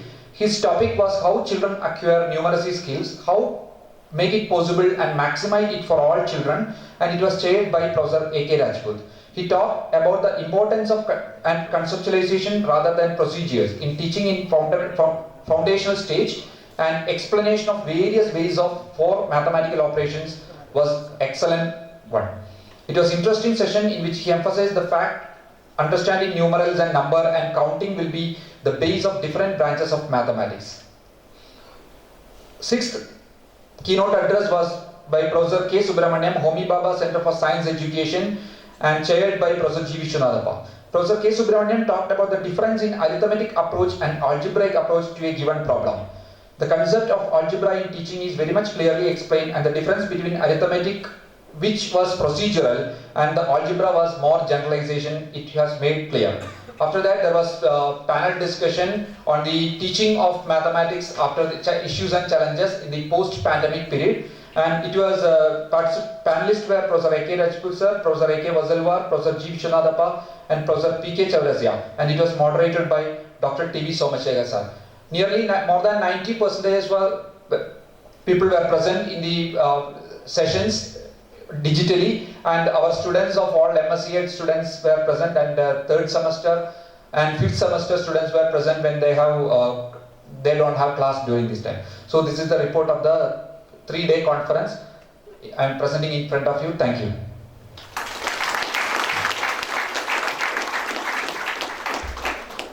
Thank you, sir, for presenting the quick report. Now, I would like to hear some of the impression from the participants on the conference. So, we would like to hear from Dr. Ajay Kumar, Vice Principal, Sanskari Valley School, Silvani, Madhya Pradesh.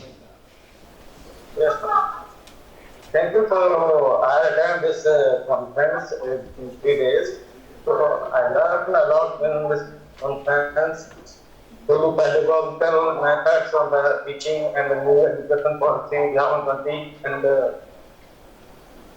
so I should try these new methods in curriculum and the teaching method, so I sure to take some things into my supporting staff so that I can change in some mathematical teaching perspective and assessment process, what assessment process are going to lead, so that I can develop the students' mind so that they can understand mathematics easily. And so nowadays, due to this pandemic situation, so I am feeling that more of the students are not able to come to school and they are not able to attend these classes regularly just because of pandemic.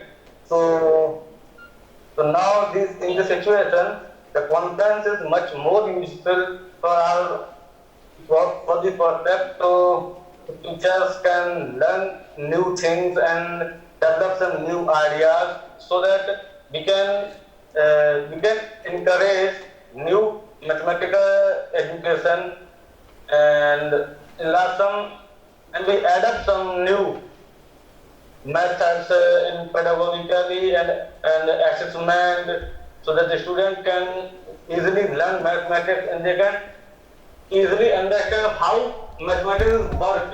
My focus is only to students because I am working as a vice principal, so there are some students I have seen, they are not able to understand how to study mathematics. So this conference is much more useful for me.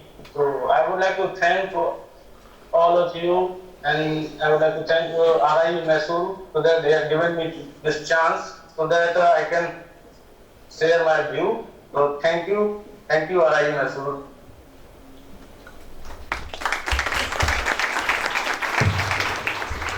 Thank you, sir. Now I call upon Mrs. Bhuvaneshwari S., Government Boys Higher Secondary School, Palakkad. Good afternoon to all. On this precious day, we are celebrating Ramanuja Iyengar's birthday, National Mathematics Day, and also 10th year Mathematical Conference ending day session. I am very glad to enjoy this moment to be a maths teacher because every one of us ready to give warm welcome to National Education Policy 2020, which contains modern mathematical strategies to be focused. So this 10th year conference focused towards mathematical teaching. So we are all enjoyed and gained a lot because this conference focused towards ICT only. Being as an ICT coordinator, I have enjoyed a lot. I to be developed technical and to get to the students. Our program coordinator, Mr. Dr. Madhu, introduced all the objectives of this conference, which was followed by Mr. R. Ramanujam. While he addressed about this technical development project explained as a brief, we enjoyed it on how to impose modern strategies in the classroom situation. Dr. B.S. Sudhidana established about the impact of National Education Policy 2020. So, all together, Mr. Anwar Sadat and Mahesh Sharma, Professor K. Subramaniam, all are explained ICT. So, I should be thankful and grateful and to implement this technical in our school, the very remote area. Thank you for one and all. Thank you.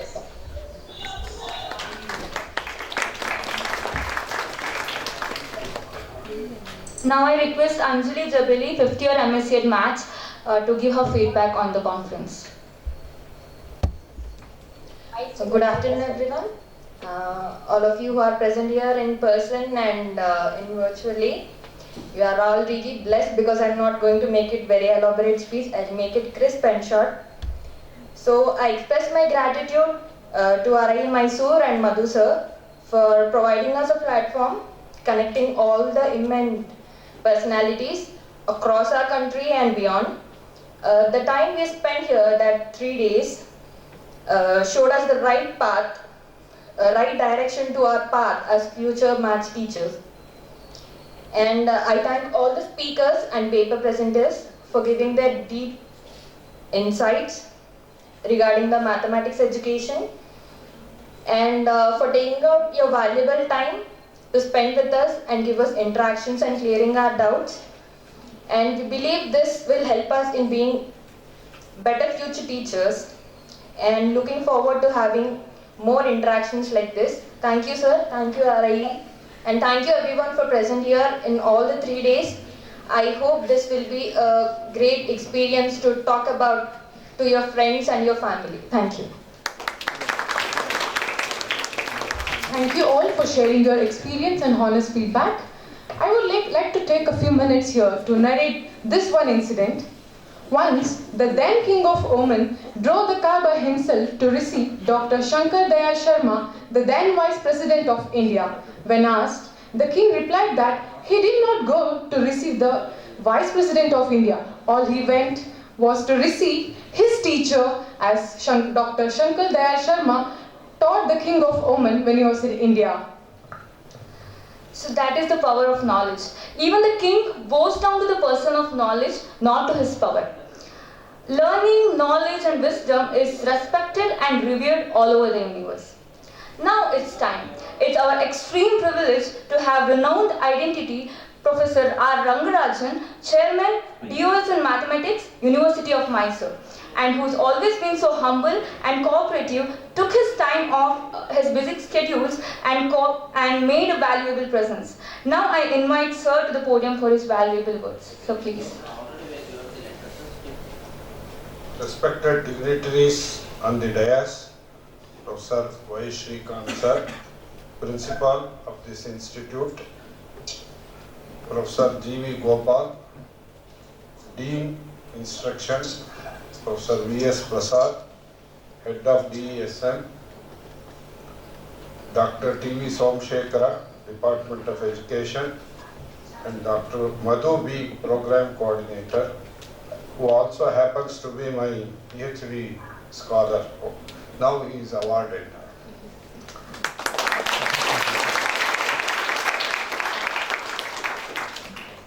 Respected participants of this 10th National Conference on Mathematical Education organized by RIE Mysore during 2022 December 21, who have all joined online from various places from India.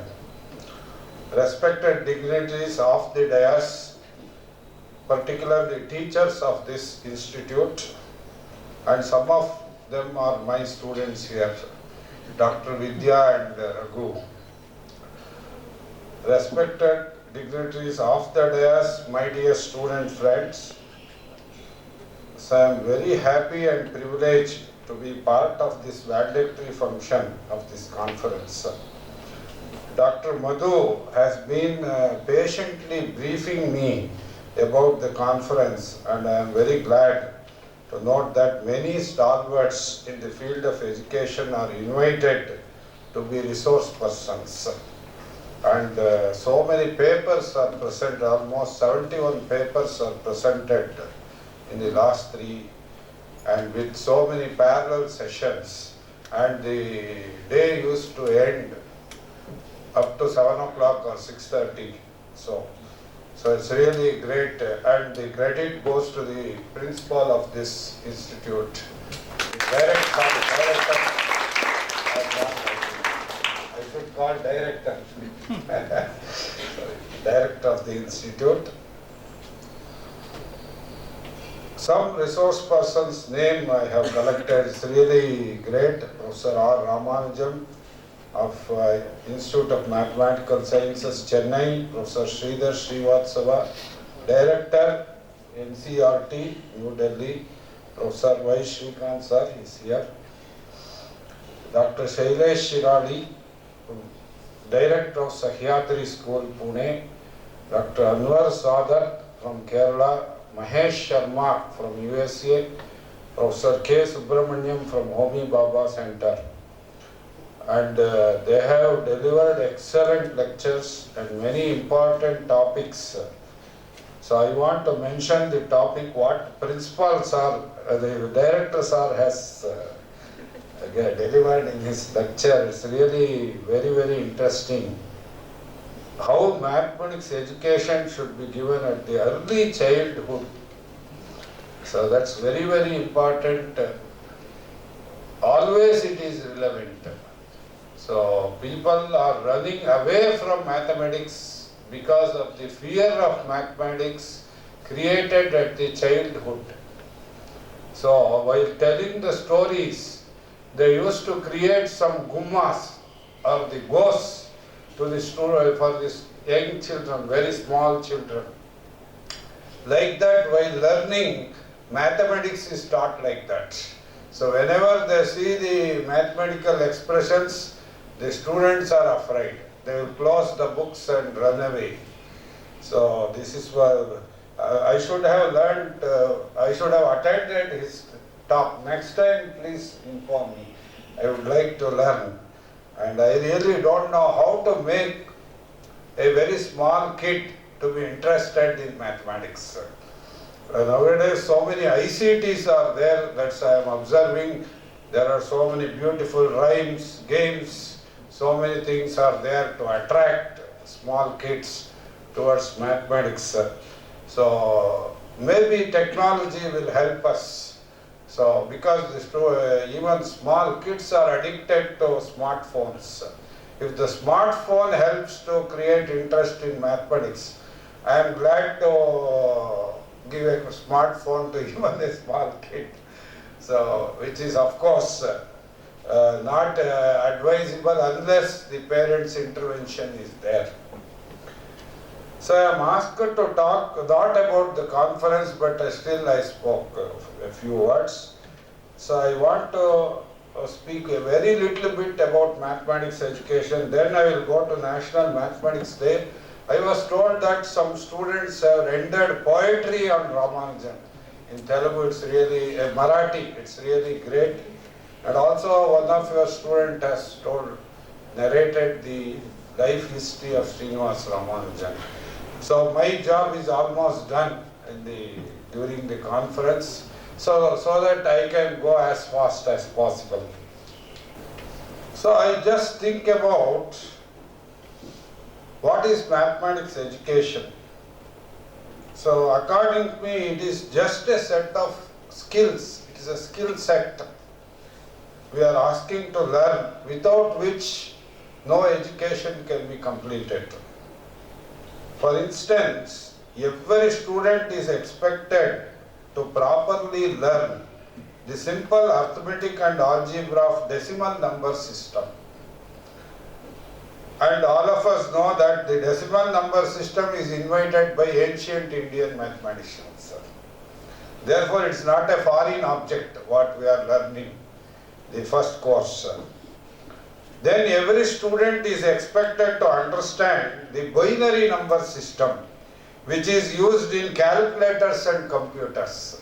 It's very important in these days of technological era. Next, every student is expected to recognize patterns in geometrical figures as well as sequence of numbers, which is nowadays tested for even clerical jobs. So it's very important. Everyone expects to recognize the patterns, which also shows your level of intelligence. Next, every student is expected to have clear idea of perimeter, area, volume of surfaces like cone, cylinder, sphere, rectangular box, which are needed in day-to-day life, definitely. And finally, there are many more, but I just want to give one more and stop. Every student is expected to judge a statement as to whether it is true or false on binary logic. Usually we see the multiple choice questions. 4 answers will be there. 2 of them by and large are not related to the question at all. So that's what the mathematics says. So you make a binary logic which is relevant, which is not relevant. Then it simply reduces to 2. So out of which you use the subject knowledge and answer it so that you can save your time. Because answering MCQ is easy, but provided you give more time. But the time given will be very short. So that's all we expect to learn in mathematics education. And definitely we don't ask everyone to learn a high level mathematics of Ramanujan or Einstein. There is no wonder even a very good expert in mathematics does not know 99.9% of mathematics at advanced level of research, because he always concentrates only on 0.1 or 0.01% of his research area. So that is the story of mathematics. So therefore we can't expect everyone to be a great Pandita in mathematics. A natural question arises, why should one do research in mathematics if only few people can understand? But if you take for instance, Srinivasa Ramanujan wrote in his notebooks 3,900 mathematical results. Even today, after 1 century, all the results are not fully understood by no one, and still hundreds and thousands of people are working on them. How to give a proof for each one of them? So it's the mystery of nature. The nature has forced Ramanujan to work those. Nobody has asked him to do. And he never expected anyone to understand what he has done. So he put a challenge on us, whether you can understand. It will definitely take centuries, some more centuries to understand and realize his greatness. So now I will safely come back to today's topic. And one teacher from Kerala, she said she is very proud that today is the National Mathematics Day. And why we are celebrating, all of us know it is because the birthday of Srinivasa Ramanujan. The whole nation remembers him and pays rich tribute to the Indian mathematical genius. Most of them even don't want to call him mathematician because that's a lesser word we give to him. So if you call him a mathematical genius, that's the right tribute we are giving to him. And all of us know he was born on 22nd, 1887 at Erode, Tamil Nadu. to Srinivasa Iyengar and Komalammal. As a school boy, his intelligence was at the level that he was dared to ask his teacher, what is the meaning of 0 divided by 0? Even today, if anybody asks, the teacher says, shut up and keep quiet. So, you have no right to ask 0 by 0. But he was bold enough to ask such a question because the teacher was illustrating. Suppose I have 2 bananas and give to 2 students, then each student will get 1 banana. Next he said, suppose I have 4 bananas and there are 4 students, I give each one will get 1. Then Ramanujam asked, suppose I have no banana because right now you don't have any banana. And no student has got any banana. Therefore, how many bananas are got by each student? Therefore, what is the meaning of 0 by 0? He asked. So, that is the level of genius. So, he had a great fascination to discover identities involving infinite expressions. So, we are afraid if anybody is given, say, you simplify A into B by C into D divided by something, we will become very afraid of it. But Ramanujam used to very simply solve infinite expressions. So, for him, it is the thought of God, because he was a God loving and not God fearing, he was God loving man. So, every day morning in Kumbakonam, he used to go and take a dip in Kaveri river in the morning and used to come to the temple of Sarangapani. Now Kannadadal Jagli antivi now. So what is it in English? It's the front portion of the temple. There he used to sit and solve the problems with his badapa or the marble. So that was his devotion. And many scholars says that he wanted to realize God as infinity, which is also a supreme truth and supreme knowledge according to Upanishad. The Upanishad says, Satyam Jnanam Anantam Brahma. So we don't know all the 3, but Ramanujam was pursuing this infinity. Unfortunately, Srinivasa Ramanujam has a very short life of 32 years. And he had to face harsh real life situations filled with health problems, family tussles and frustrations. We will become emotional. But nothing could stop his sadhana in mathematics. He discovered, I have already mentioned, 3,900 amazing identities involving pi, gamma function, hypergeometric functions, theta functions, Mach theta functions, so on and so forth. And he was so humble and true devotee of God that he used to acknowledge that many of the identities are not discovered by him. It was revealed to him by God in his dreams. So whether you believe it or not, he told like that, because it simply shows his simplicity. He said he has no garva that I have discovered this. He said, I discovered because of the grace of God. Even on his deathbed, he discovered what are called as Mach theta functions. And it was scrutinized by the Hardy. He visited him coming all the way from London and sat next to him in the hospital, and he went through.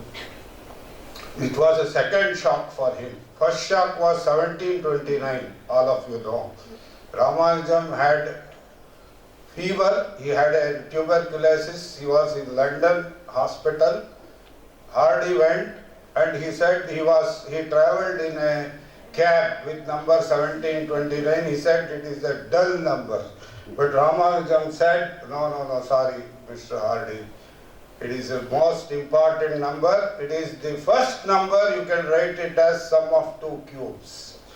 So this is the second shock for Hardy. When he saw that, he showed the papers full of Mach theta functions. He was almost on the deathbed. I strongly suggest everyone here to read Robert Kennigal's book on Ramanujan, the man who knew infinity. And I also suggest to watch the English movie on Ramanujan. I hope most of you have done it. Next, everybody asks, what are the applications of this? These are all pure mathematics, useless. But that also it is countered by many physicists, engineers. Recently, the works of Ramanujan are applied in lattice theory, coding theory, computing, and so many other areas. In mathematics, his results on congruence problems of partition functions. I hope you are teaching number theory here. So your students must be knowing what is a partition function. So he has studied the congruence properties of partition functions. He has created tau functions. Of course, I have already mentioned Mach theta functions. These are all great discoveries in mathematics. Professor Bruce Bunt, and I have a very proud information that our own Professor Bhargava and Professor Chandrasekhar Adiga of our department have given beautiful proofs for many identities of Ramanujan. Later, Bruce Bunt and George Andrews have edited all the identities of Ramanujan in 6 volumes published by Springer Verlag. So I am sure your library has already these copies. And it will be a good work for project or internship for BSc or MSc students to go through these, study these and understand the identities of Ramanujan. So it is indeed a great privilege to address all of you on this great occasion of National Mathematics Day. I thank the organizers and authorities of RIU for providing this opportunity. I wish all the best to all of you. Thank you again.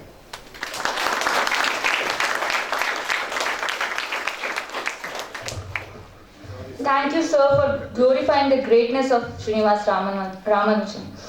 Now I invite our leading light, Professor G.V. Gopal, Dean of Instruction, RI Mysore, to enlighten us with his valuable words. Good evening, everybody. Professor Rangarajan, for saying a very nice anecdotes about Ramanujan on this day. We remember him when he was mentioning the ardent love and affection towards the subject and the person. They made him to feel emotional. That is how the commitment to a subject should be there. When he was mentioning about Hardy, he went to the hospital where Ramanujan was sick, and actually after that only Hardy-Weinberg's law, which we always follow in genetics, it is a very popular this thing. Even till today, everybody was telling that Hardy-Weinberg's law, how it was invented. It was a real thing. Actually, this mathematics is there, all pervading. I was telling in the first day, even now also, that without mathematics, probably you may be thinking, I will learn a subject without mathematics. I am sorry, you cannot learn at any stage. Probably at some stage you have to undergo mathematics learning. In our day-to-day life, when you purchase something, some cash will be given. You should know whether you have purchased for proper price or not, or whether whatever he has given is cheated you or not. A basic mathematics is required for you in your life, day-to-day life. That's why our principals told, catch them in the right age or a very early age to teach mathematics. You see, mathematics becomes difficult because when you don't understand, when you get an answer, when you understand the things, I tell you that there is no other subject more interesting than mathematics. Some time back I used to share this information with our Prasad. I was actually a mathematics student. I got more marks. I was PCM student, but my father said you have to become a doctor, so I have changed it to BPC. But I could not become a doctor. This is how it happens in life.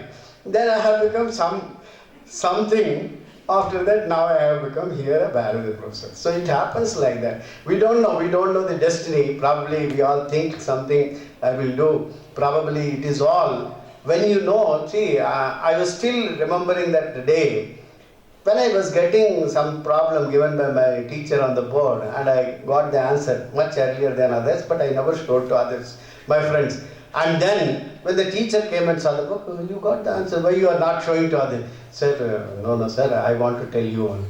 So this is how you get that happiness when you solve the problem, when you get the answer.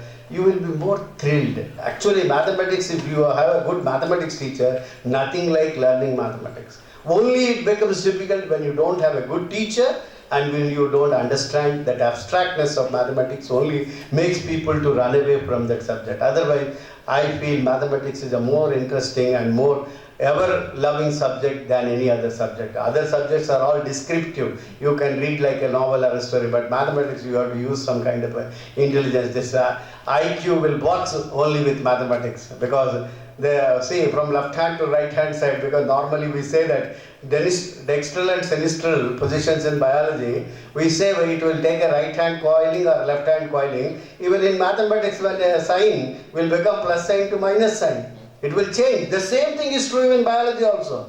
We don't disagree with that. Exactly whatever mathematical principles are working with mathematics works with biology also. Even the shape will change. Entire biology is based on how our different organisms are looking different. Why they are not same? This mathematics. The golden angle, that is again golden triangle, is also so much that we have to tell that mathematics is all pervading. It is a good subject. It is an excellent subject. All should read it. Everybody should learn it. And then there is a lot of scope for doing. Even Fibonacci series, I am talking about that thing. Fibonacci series are there even in biology. How many people have mastered the Fibonacci series? If you ask any of our biology students, what is that? They will say, because that has something. Phyllotaxis and Fibonacci series are inseparable. You know, a leaf is attached to a stem on a particular pattern, and that pattern if you take, then that becomes itself is a Fibonacci series. So with all these things, I don't want to take much of your time. I congratulate our Madhu, who has done an excellent job, and 3 kudos to him because he has organized it single-handedly, and to Prasad also for guiding him, though he was not well. I am very happy he is here today.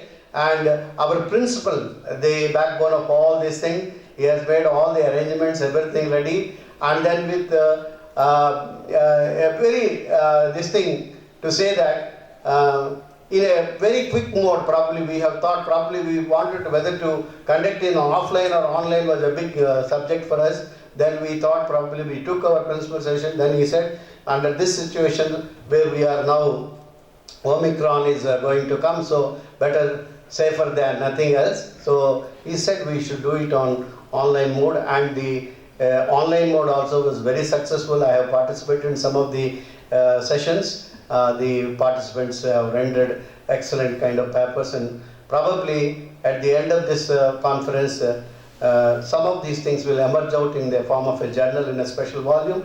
I will be very happy. With these few things, I wish all of them, those who have participated, those who are taking as a resource person, those who have participated, I congratulate one and all for them for their excellent participation. Thank you one and all.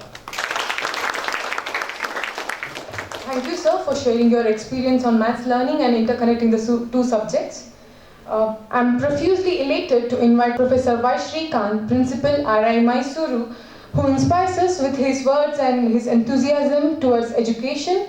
Now I request him to deliver the presidential address. Sir, please.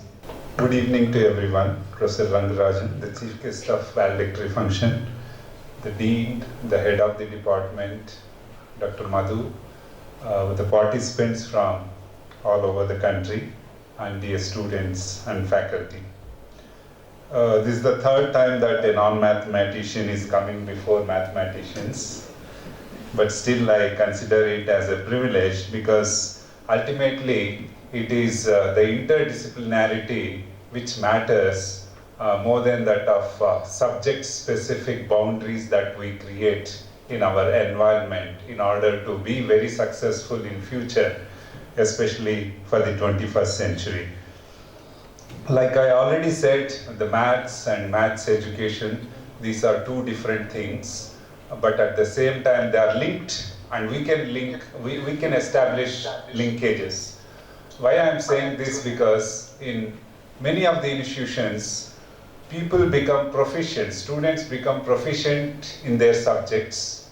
They have a good understanding of the subject, but they are not able to transact the subject to the others, and others at their own level. If you are teaching a kindergarten child, whether you are able to teach that child, whether if you are teaching a postgraduate student, whether you are able to reach up to that level.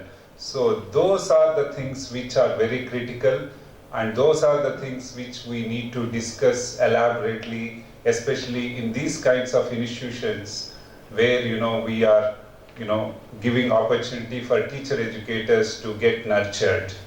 So I think the RE has, not only this RE, we are all connected now, different REs have a very critical role, and apart from these REs now, many institutions are coming up with integrated courses. So that way I think they will be doing great justice if teacher educators and teachers are nurtured right from the beginning, rather than developing the understanding of the subject and later topping up that with the education. So I think that is what is more important.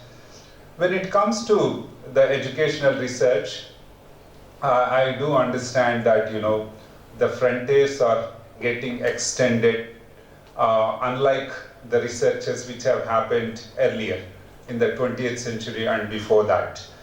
Let me give you an example. In fact, mathematics, from which everybody runs away, whoever doesn't have a good teacher, will have to ultimately face it at some point of the time or the other. In fact, many of the social science students, and to a lesser extent science students, run away from mathematics, but ultimately they have to be good in it in order to be successful. Now this interdisciplinarity has become so strong that in any subject, if you do not have some mathematical understanding, you will not be successful. So I had a friend, in fact I had several friends when I was studying, and all these were commerce students, and there was one student who was like BSc mathematics, and he came, he appeared for CA, and inter and final he was able to clear at a time, in one go.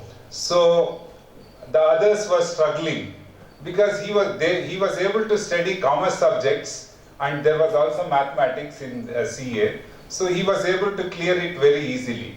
But the other students were flunking every time in mathematics, and also were not able to do in other papers also. So the other tendency of the people from social sciences largely is that they speak and speak like me, and without any end if given an opportunity. But mathematicians like Professor Rangarajan, they would always be very objective and very to the point. So like mathematicians are, like Professor Rangarajan said, are MCQs. Either you know it or do not know it, but we are like essay type questions.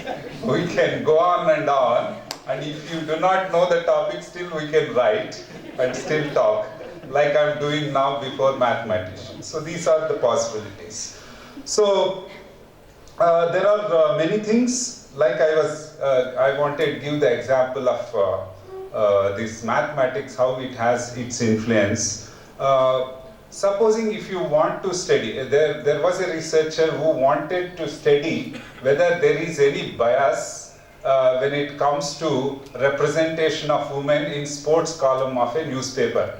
So for that, he wanted to collect evidence. He did not want to say just like that. So what he did was, like the sports column page, he had collected it for 6 months, and he measured the length and breadth of the coverage of women in terms of the newspaper, and for the 6 months, and he said very clearly, yes, there is a bias.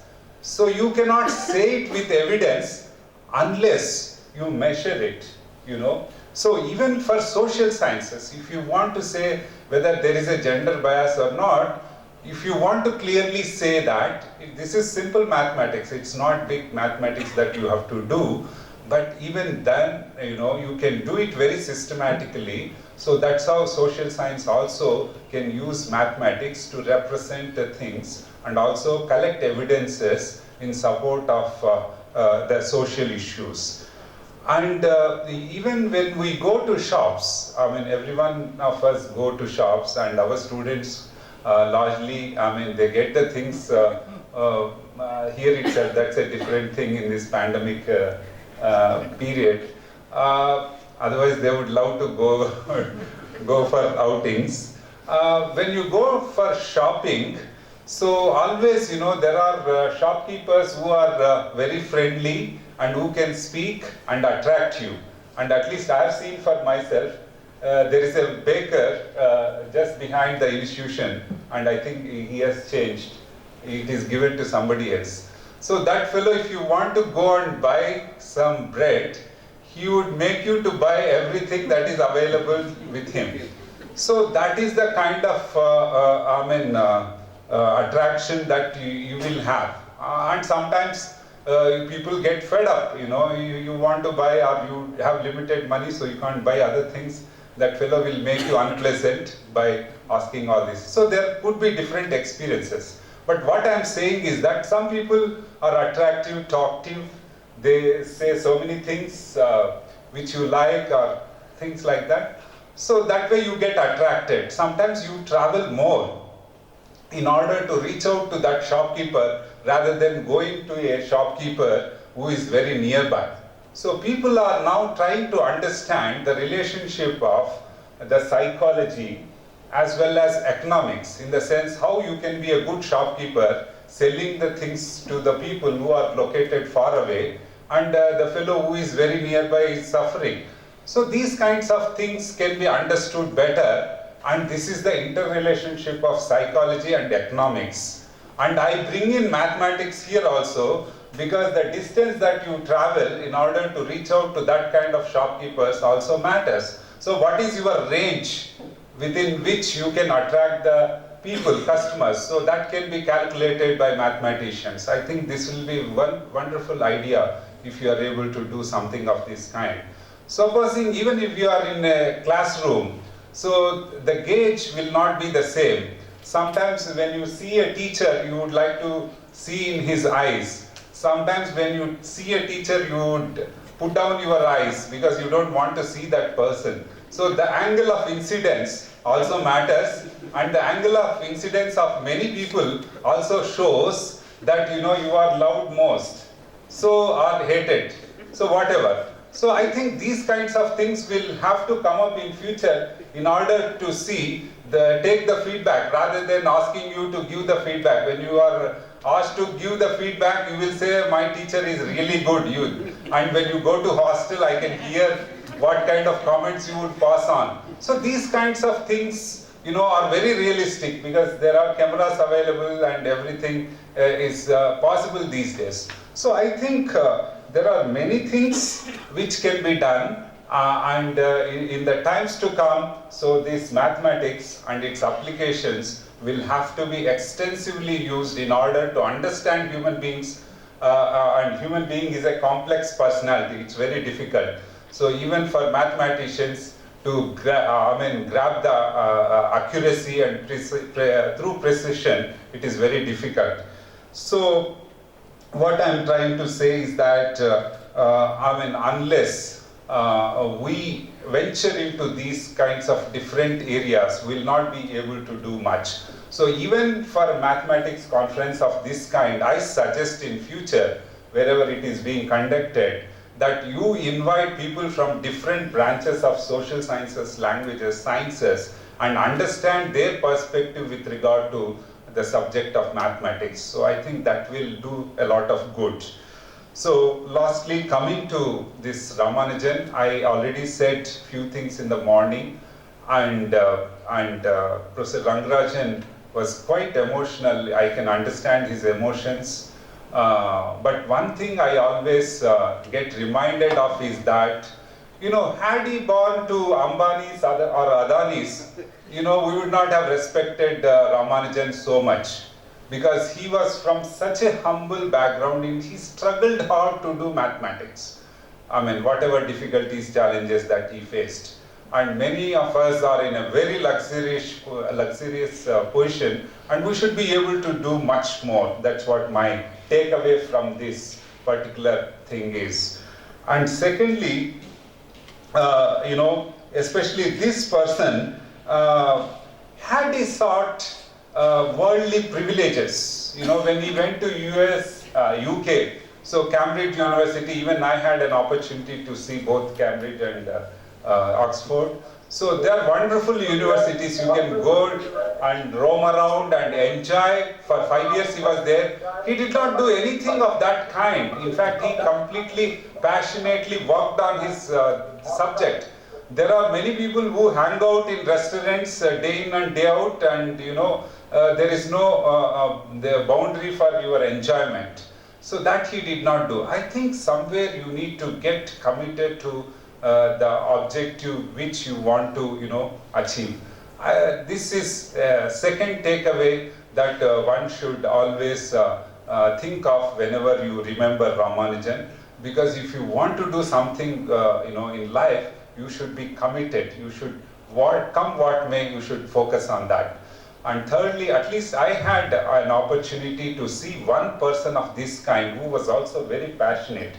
I met John Nosh Jr. in Princeton, and not only me, Professor Paili and Professor Venkatesh Murthy were also there. So we all three, in fact, have a photograph. So this person was sitting in the restaurant, and normally when you go to restaurant, you don't bother about mathematics. So this person was doing mathematics while his wife and son were sitting. His wife was serving and his son was also doing mathematics. So he did not bother about who was around and what was going on. So I think wherever you go, and that's how he became intense, and also lost mental balance. So these are some of the stories which tell us a lot. So that's why when you are talking about mathematics, also talk about life histories of those people who have achieved, so that you get inspired. And because for you who are going to be teachers, so it's equally important to talk about the life histories of these people who have achieved. So then we realize the importance of these people, how in spite of the obstacles that they had in life, they were successful. Otherwise you think that those people who are successful always were privileged, which is not the case. So I think I'll conclude. A lot has been done, and I really congratulate everybody, the organizing team, Professor Prasad, Dr. Madhu, the coordinator, who have relentlessly worked for conducting this workshop successfully, this conference. And I also equally appreciate the kind of attention that has been paid both by participants and also the students. Wish you all the good.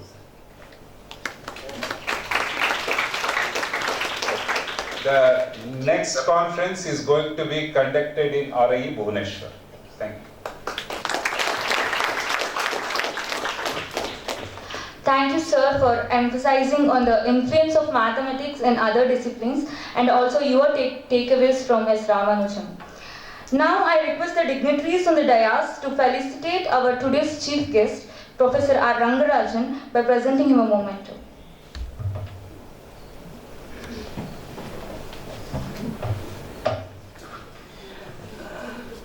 I request our Honorable Principal to please felicitate Professor Rangarajan, sir.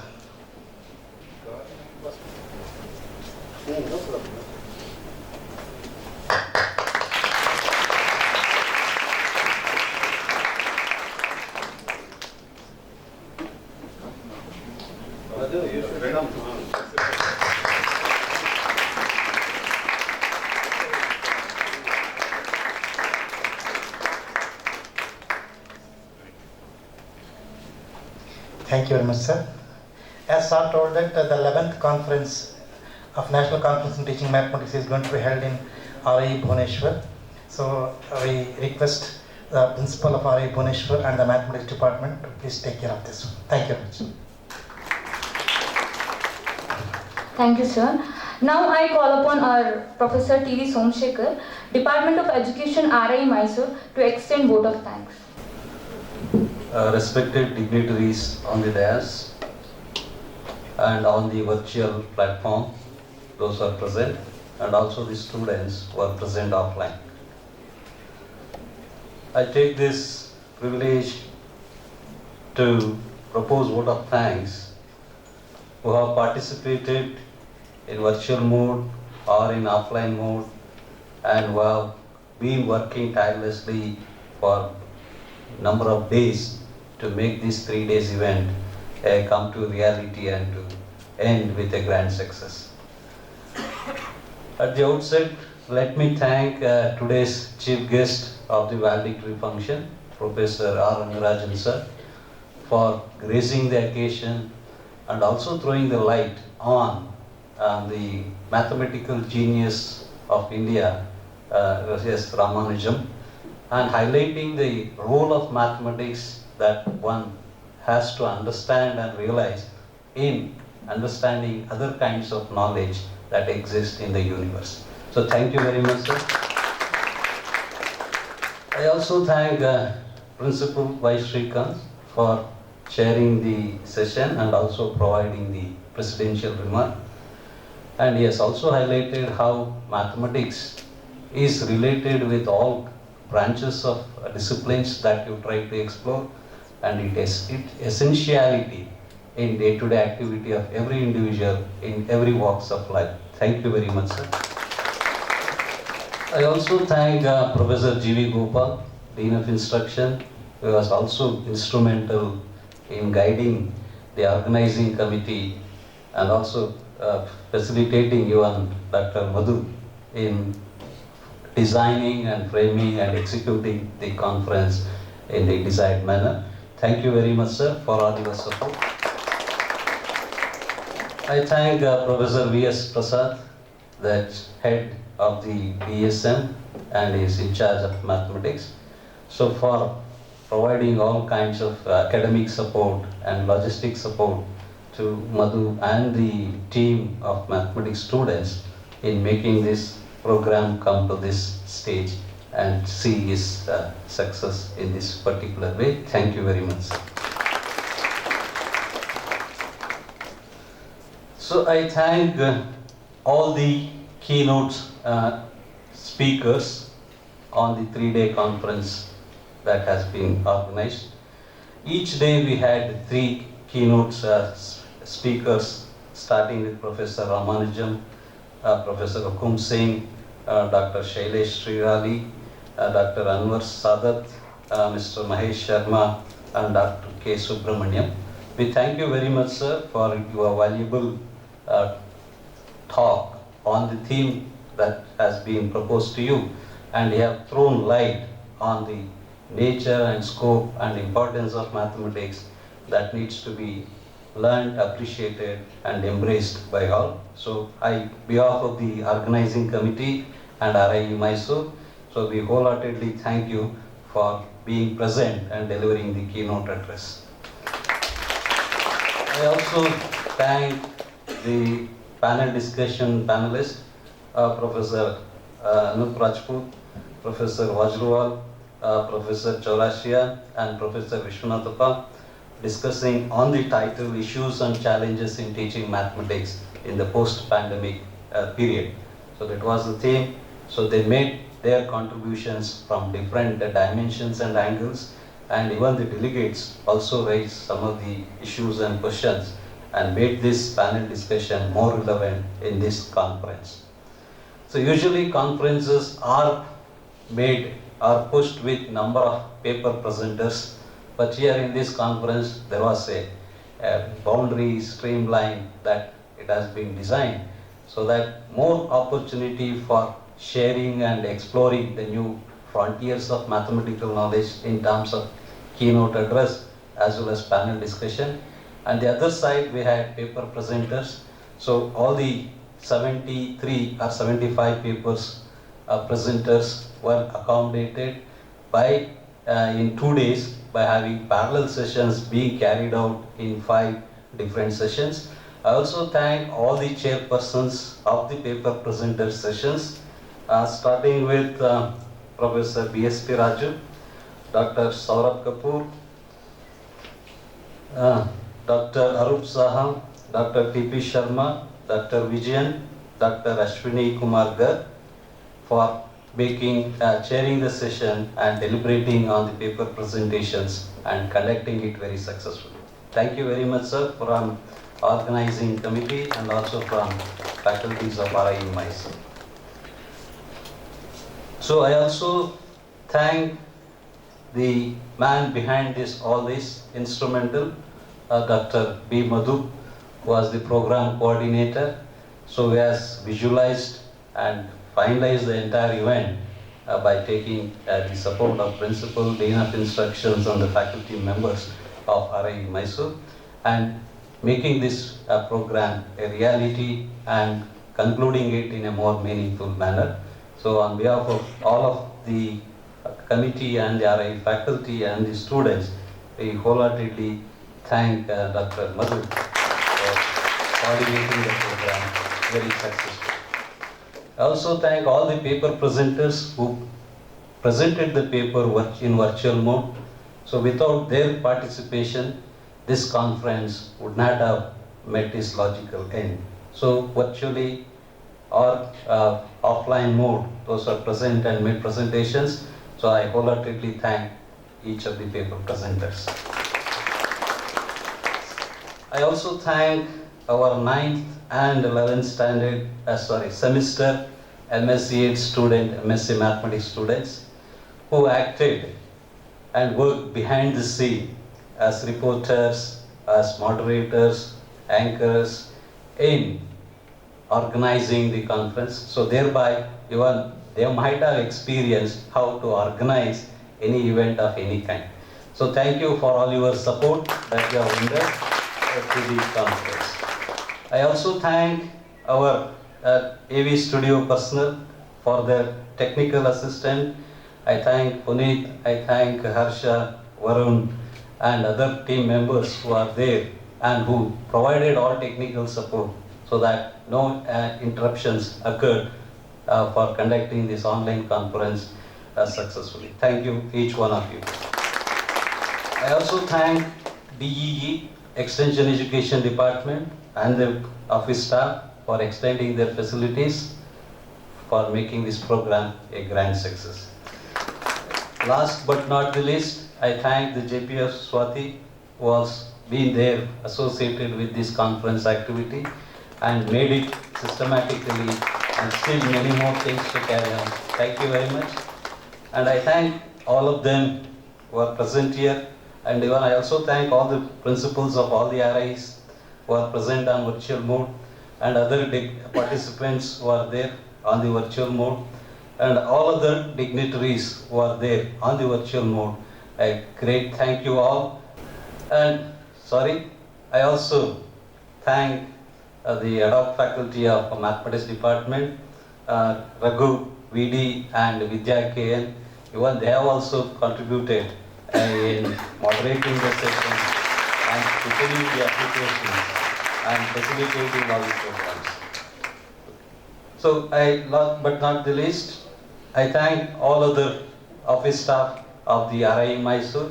So we have provided varieties of logistics support or official support in making this conference a grand success.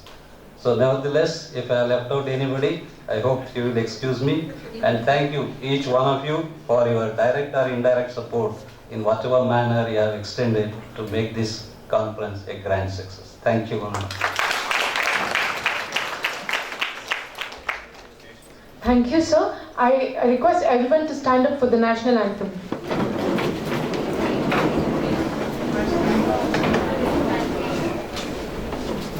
Jana Gana Mana अधिनायक जय हे भारत भाग्य विधाता पंजाब सिंध गुजरात गुजरात मराठा द्राविड उत्कल बंगा विंध्य हिमाचल यमुना गंगा उच्छल जलधि तरंगा तव शुभ नामे जागे तव शुभ आशीष मागे गाहे तव जय गाथा जन गण मंगलदायक